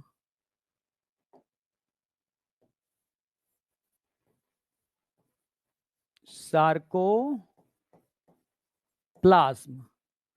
अब सार्कोप्लाज्म कैसा होगा? मल्टी न्यूक्लिएट होगा, अंदर बहुत सारे न्यूक्लियस होंगे, और इसके अंदर छोटे छोटे फाइबर फ्लोट करेंगे भाई।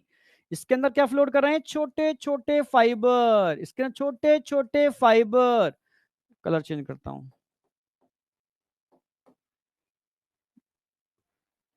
कलर चेंज कर दो, रेड कलर दिखा दो। छोटे छोटे फाइबर इसके अंदर फ्लोट करते हैं।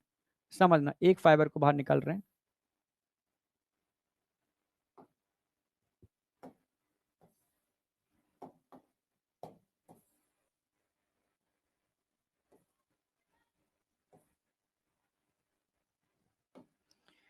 ये छोटे छोटे फाइबर इसके अंदर क्या करते हैं? फ्लोट करते हैं। सार्कोप्लाज्म में, ठीक है, जो सार्कोलेमा से कवर्ड है, जो मल्टी न्यूक्लिएटेड है। ध्यान रखना कैसा है? मल्टी न्यूक्लियर, न्यूक्लियस है, मल्टी न्यूक्लिएटेड है, मल्टी न्यूक्लिएटेड है, मल्टी न्यूक्लिएटेड है, मल्टी न्यूक्लिएटेड है, मल्टी न्यूक्लिएटेड है, समझना, मल्टी न्यूक्लिएटेड है, ठीक है। इसमें इसके सार्कोप्लाज्म के अंदर क्या फ्लोट कर रहे हैं, छोटे छोटे फाइबर्स, छोटे छोटे फाइबर्स। अगर मैं इनकी फाइबर्स की बात करूं, इनको मायोफाइब्रिल बोलते हैं, जिनमें जगह जगह ऐसी लाइनें बनी होती हैं, ठीक है। ये क्या है, मायोफाइब्रिल। ये क्या है, मायोफाइब्रिल। मायो मतलब कॉन्ट्रैक्शन, मायोफाइब्रिल जो कॉन्ट्रैक्शन की प्रॉपर्टी रखते हैं वो मायोफाइब्रिल्स हैं। तो ये सब क्या है, मायोफाइब्रिल। कहां पर है, सार्कोप्लाज्म में। सार्कोप्लाज्म किससे कवर्ड है, सार्कोलेमा से कवर्ड है। सार्कोप्लाज्म क्या है, मल्टी न्यूक्लिड है। एक्चुअल में पूरा स्ट्रक्चर क्या है, मसल सेल है, मसल फाइबर है। इसके अंदर क्या देखने को मिल रहा है, लाइट एंड डार्क बैंड। इनमें होते हैं लाइट एंड डार्क बैंड। ये है लाइट एंड डार्क बैंड, ये है लाइट एंड डार्क बैंड, ये है लाइट एंड डार्क बैंड। आप समझना, ये है लाइट एंड डार्क बैंड, ये है लाइट एंड डार्क बैंड। ऐसे दिखाते रहो बस, थोड़ा थोड़ा, लाइट एंड डार्क बैंड, ठीक है। तो यहां पर आपको ढेर सारे छोटे छोटे फाइबर्स नजर आएंगे, लाइट एंड डार्क बैंड के छोटे छोटे फाइबर्स नजर आएंगे, इस तरीके से, इस तरीके से, इस तरीके से, इस तरीके से। बीच में कुछ ऐसे फाइबर भी नजर आएंगे, इस तरीके, थोड़ा मोटे दिखाते हो इनको। ये फाइबर, यानी अगर मैं आपसे कहूं मायोफाइब्रिल किससे मिलके बनते हैं, मायोफाइब्रिल बनते हैं, इनको बोलते हैं एक्टिन, और जो थिक वाले हैं इनको बोलते हैं मायोसिन। मायोसिन, एक्टिन, आप समझ रहे हो। मायोसिन थिक फिलामेंट होते हैं, एक्टिन थिन फिलामेंट होते हैं। ये थिक होते हैं, ये थिन होते हैं। यानी इन थिन और थिक फिलामेंट के मिलने से मायोफाइब्रिल बनता है। और ऐसे ढेर सारे मायोफाइब्रिल मसल सेल के अंदर फ्लोट करते हैं, जिसकी वजह से इसकी कॉन्ट्रैक्टाइलिटी मेंटेन रहती है। और ऐसे ही कई मसल सेल मिलकर के एक फेसिकल बनाते हैं, और ऐसे कई फेसिकल मिलकर के एक मसल का निर्माण करते हैं। समझ पा रहे हो, हाँ, ठीक है। थिक फिलामेंट अप्रोक्सीमेटली लिख सकते हो 1500 के आसपास होते हैं। थिन फिलामेंट लगभग 3000 के आसपास होते हैं, एक एक मायोफाइब्रिल में। यानी यहां पर मायोफाइब्रिल के मिलने से क्या बन रहा है, ठीक है, आप मायोफाइब्रिल के मिलने से क्या बन रहा है, मसल सेल बन रहा है। मसल सेल के मिलने से क्या बन रहा है, फेसिकल बन रहा है। फेसिकल के मिलने से क्या बन रहा है, मसल बन रहा है। अब बताओ समझ में आया, नहीं आया। अब बताओ समझ में आया, नहीं आया। अब बताओ दिमाग में एकदम सेट हुआ, नहीं हुआ, ये पूरा समझ में आना चाहिए, पूरा समझ में आना चाहिए। आपसे पूछा जाए कवरिंग ऑफ मसल्स क्या होती है, मसल्स की कवरिंग को क्या बोलते हैं, covering of muscles, covering of muscle. Covering of fascicle पूछेगा, कवरिंग ऑफ फेसिकल को क्या बोलोगे, फेसिकल की कवरिंग को क्या बोलोगे। ऐसे ही आपसे पूछेगा मसल फाइबर की कवरिंग को क्या बोलोगे, मसल फाइबर की कवरिंग को। मसल फाइबर की कवरिंग के नीचे होती है सार्कोलेमा, ठीक है। यस, जरा बताओ, यहां तक कोई डाउट, ये समझ में आना चाहिए। फिर इनको बस एक जनरल टर्म से पूछे गए, इसको बोलोगे एपी, एपी माने ऊपर, एपी माइसियम,